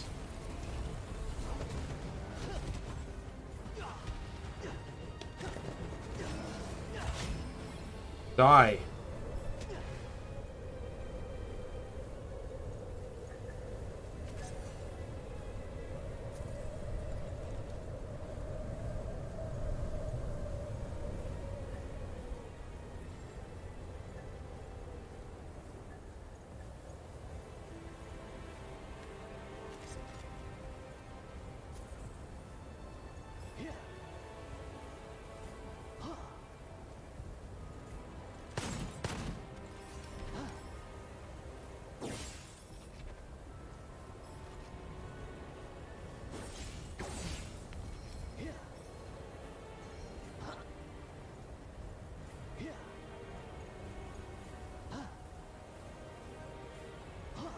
Alright, let me, I'm trying to make sure I'm maintaining shells here for punching. What do I got here? Shooting won't consume any ammo for 2 seconds after killing or destroying an item. Picking up copper ammo recover 1 HP or increase maximum HP by 1 for 10 seconds if HP is full. I will absolutely use that.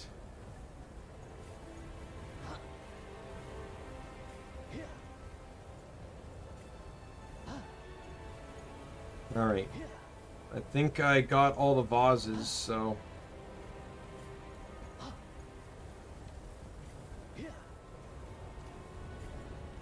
head back out.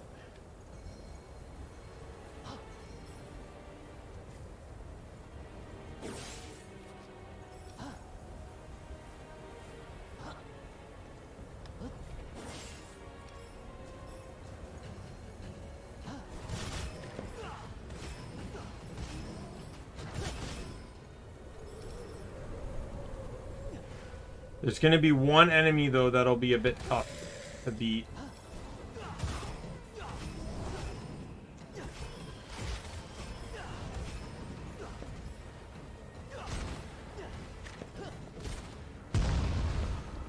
And it's right there.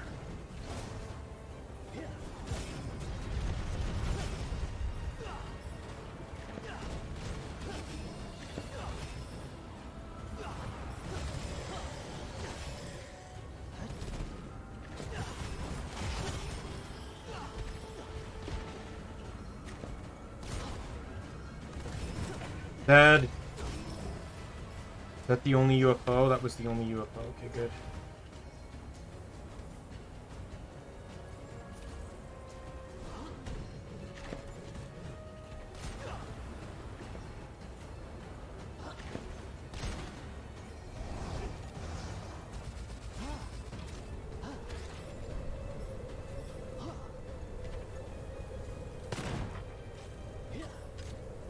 Right, so these golden goblets are very, very restricted. I actually only get to pick one skill. Whatever they give me. You know what? That's not a bad one, because that increases my damage and movement speed. Or for every movement speed increase, my damage goes up. So that's actually really nice.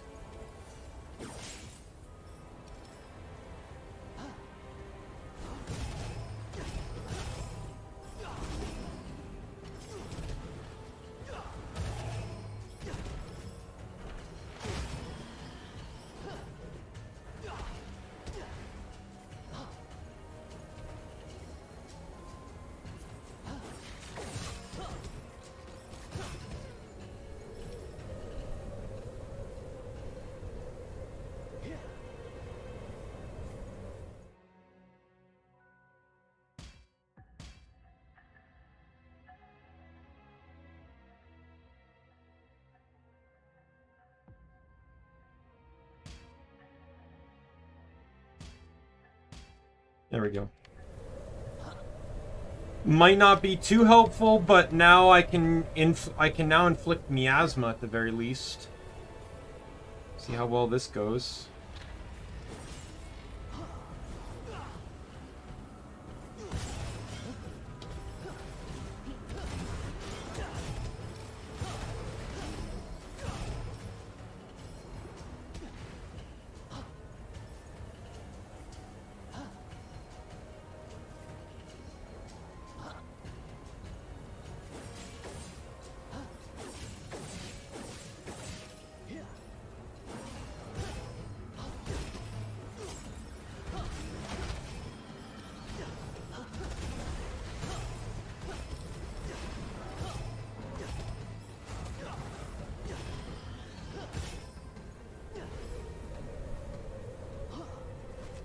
Oh, like I'm still wondering how I've not died yet.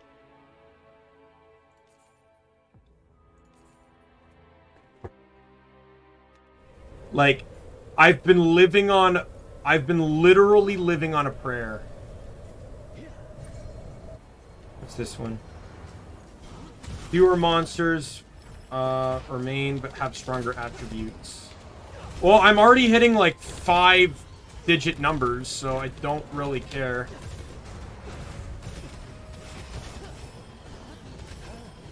I just saw an enemy with an immortal tag.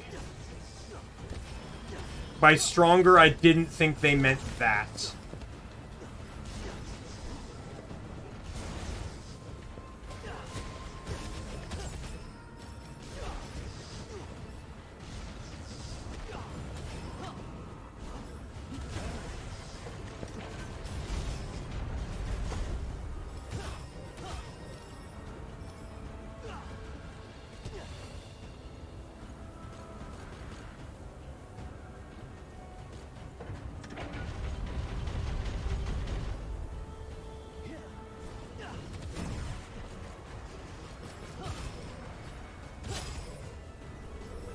And guess what? That's the final... This is the final level before the final boss. Why did I get this now? Oh, great. The first purchase from a peddler is free. Oh, thank you, game. I get one peddler left. Okay, well, I'll take that. That's actually... The game actually gave me really two nice restricted goblets there. There's a vault over here, though. I'm going to go. It's either going to be combat or it's going to be elite combat.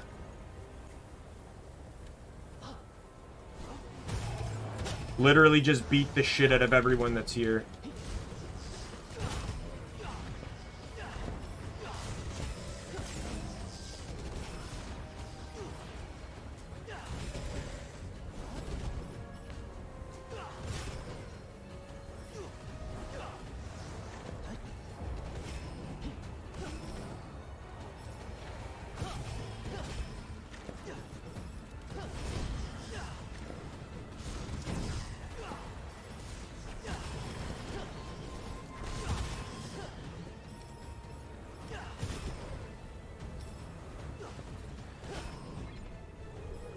All done.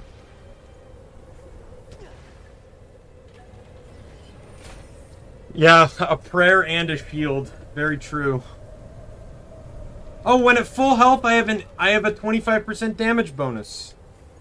Well, that's good because I'm going into the final boss at full health. So this boss is actually kind of crazy. This boss is I feel like it actually kind of works for the mechanics of this game. So it's a grizzly bear, but he has DPS checks like you wouldn't believe. If you don't get those checks, I'm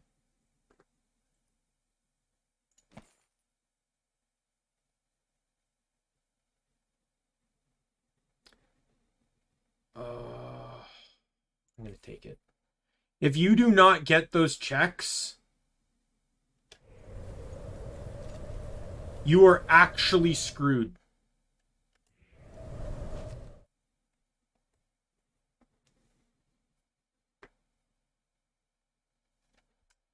I have to take that.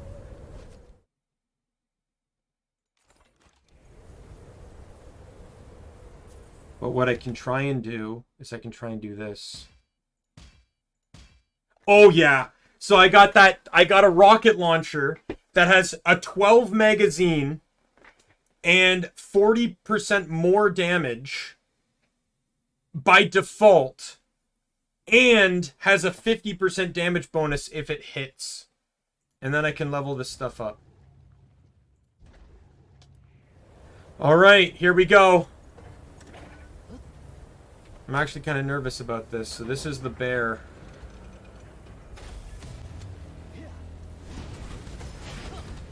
So he's invincible now. He's going to go over to a capsule. He's going to tie it to himself, and you got to damage check the capsule. If not, if that second bar fills up,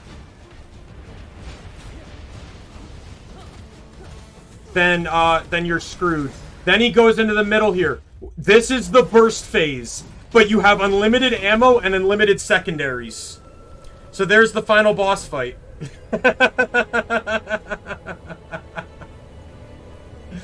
It's like when I was playing Final Fantasy 12. I forget who, I think someone was watching me, I forget who. And they literally said it took longer for me to explain the fight than the fight took.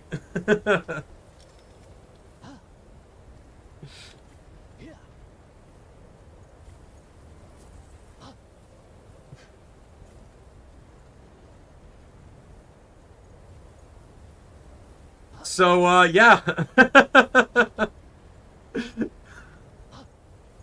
Did I truly show off the power of punching? Conqueror. Complete elite difficulty for the first time.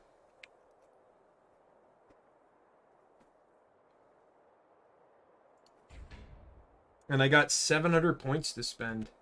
I got a couple people here that aren't fully maxed on their stuff here. Like she recharge shield immediately after killing an enemy. Shield recharge won't interrupt for 3 seconds. When your shield is broken, restore 50% of your chain lightning usage. When using a sniper rifle, but not causing a critical hit, there's a 50% chance of triggering a critical hit with 70% crit X. Yeah, that was great. I got very lucky at points, but then, like, that's what this game can be on. Like, I find certain characters are easier than others, but a lot of those characters are more risk. You can, like, the Tengu guy, he has an ability, which makes it so every time you kill an enemy with cleave, it adds 5 base damage to cleave. So if you get that as your first upgrade and then just non-stop cleave afterwards, you can end up with a crap ton of bonus damage.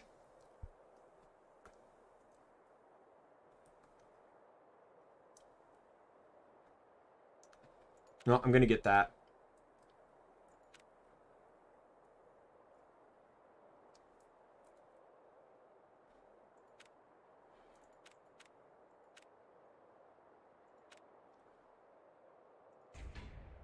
I'll do that. They only got 1 new scroll that time, but I bet you anything that the reason why that was the only new scroll was because it was the only new, like, so I didn't fight the original bosses.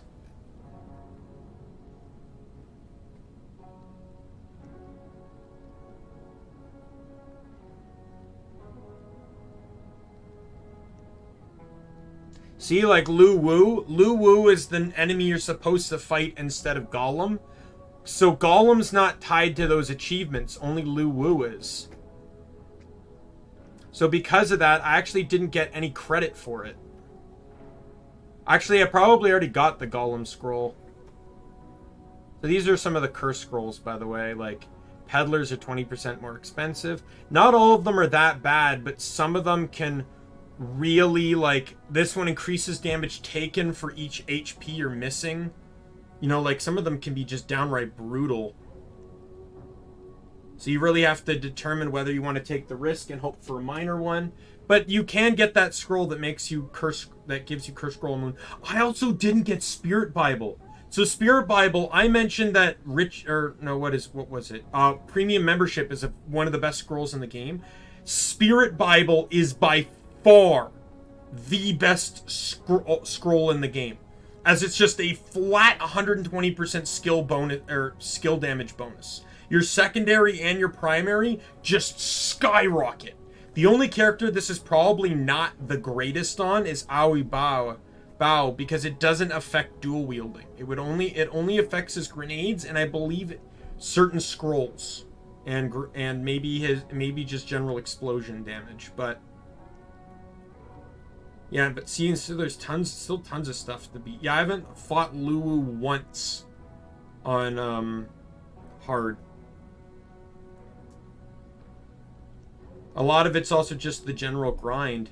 Just kill this many enemies 50 times, or, 30 times.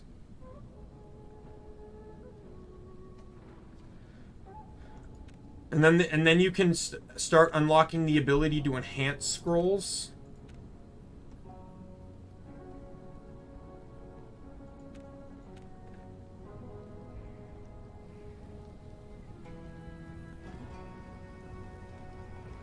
Yeah, so I think I'm gonna call it here, because that's I don't think I have enough time in the day for another run, but at least that cheered me up from the whole cross-stitching debacle. So yeah, so cross-stitching will come back sometime next week. Kind of feel bad that I delayed GTA, because I could have done GTA today. Instead it got pushed to Sunday. Because the thing is, here's the thing, I want to keep one cross-stitching stream a week. I want to, because I know this design's already going to take me potentially months to do. So I don't want to delay it anymore. I already have to delay it.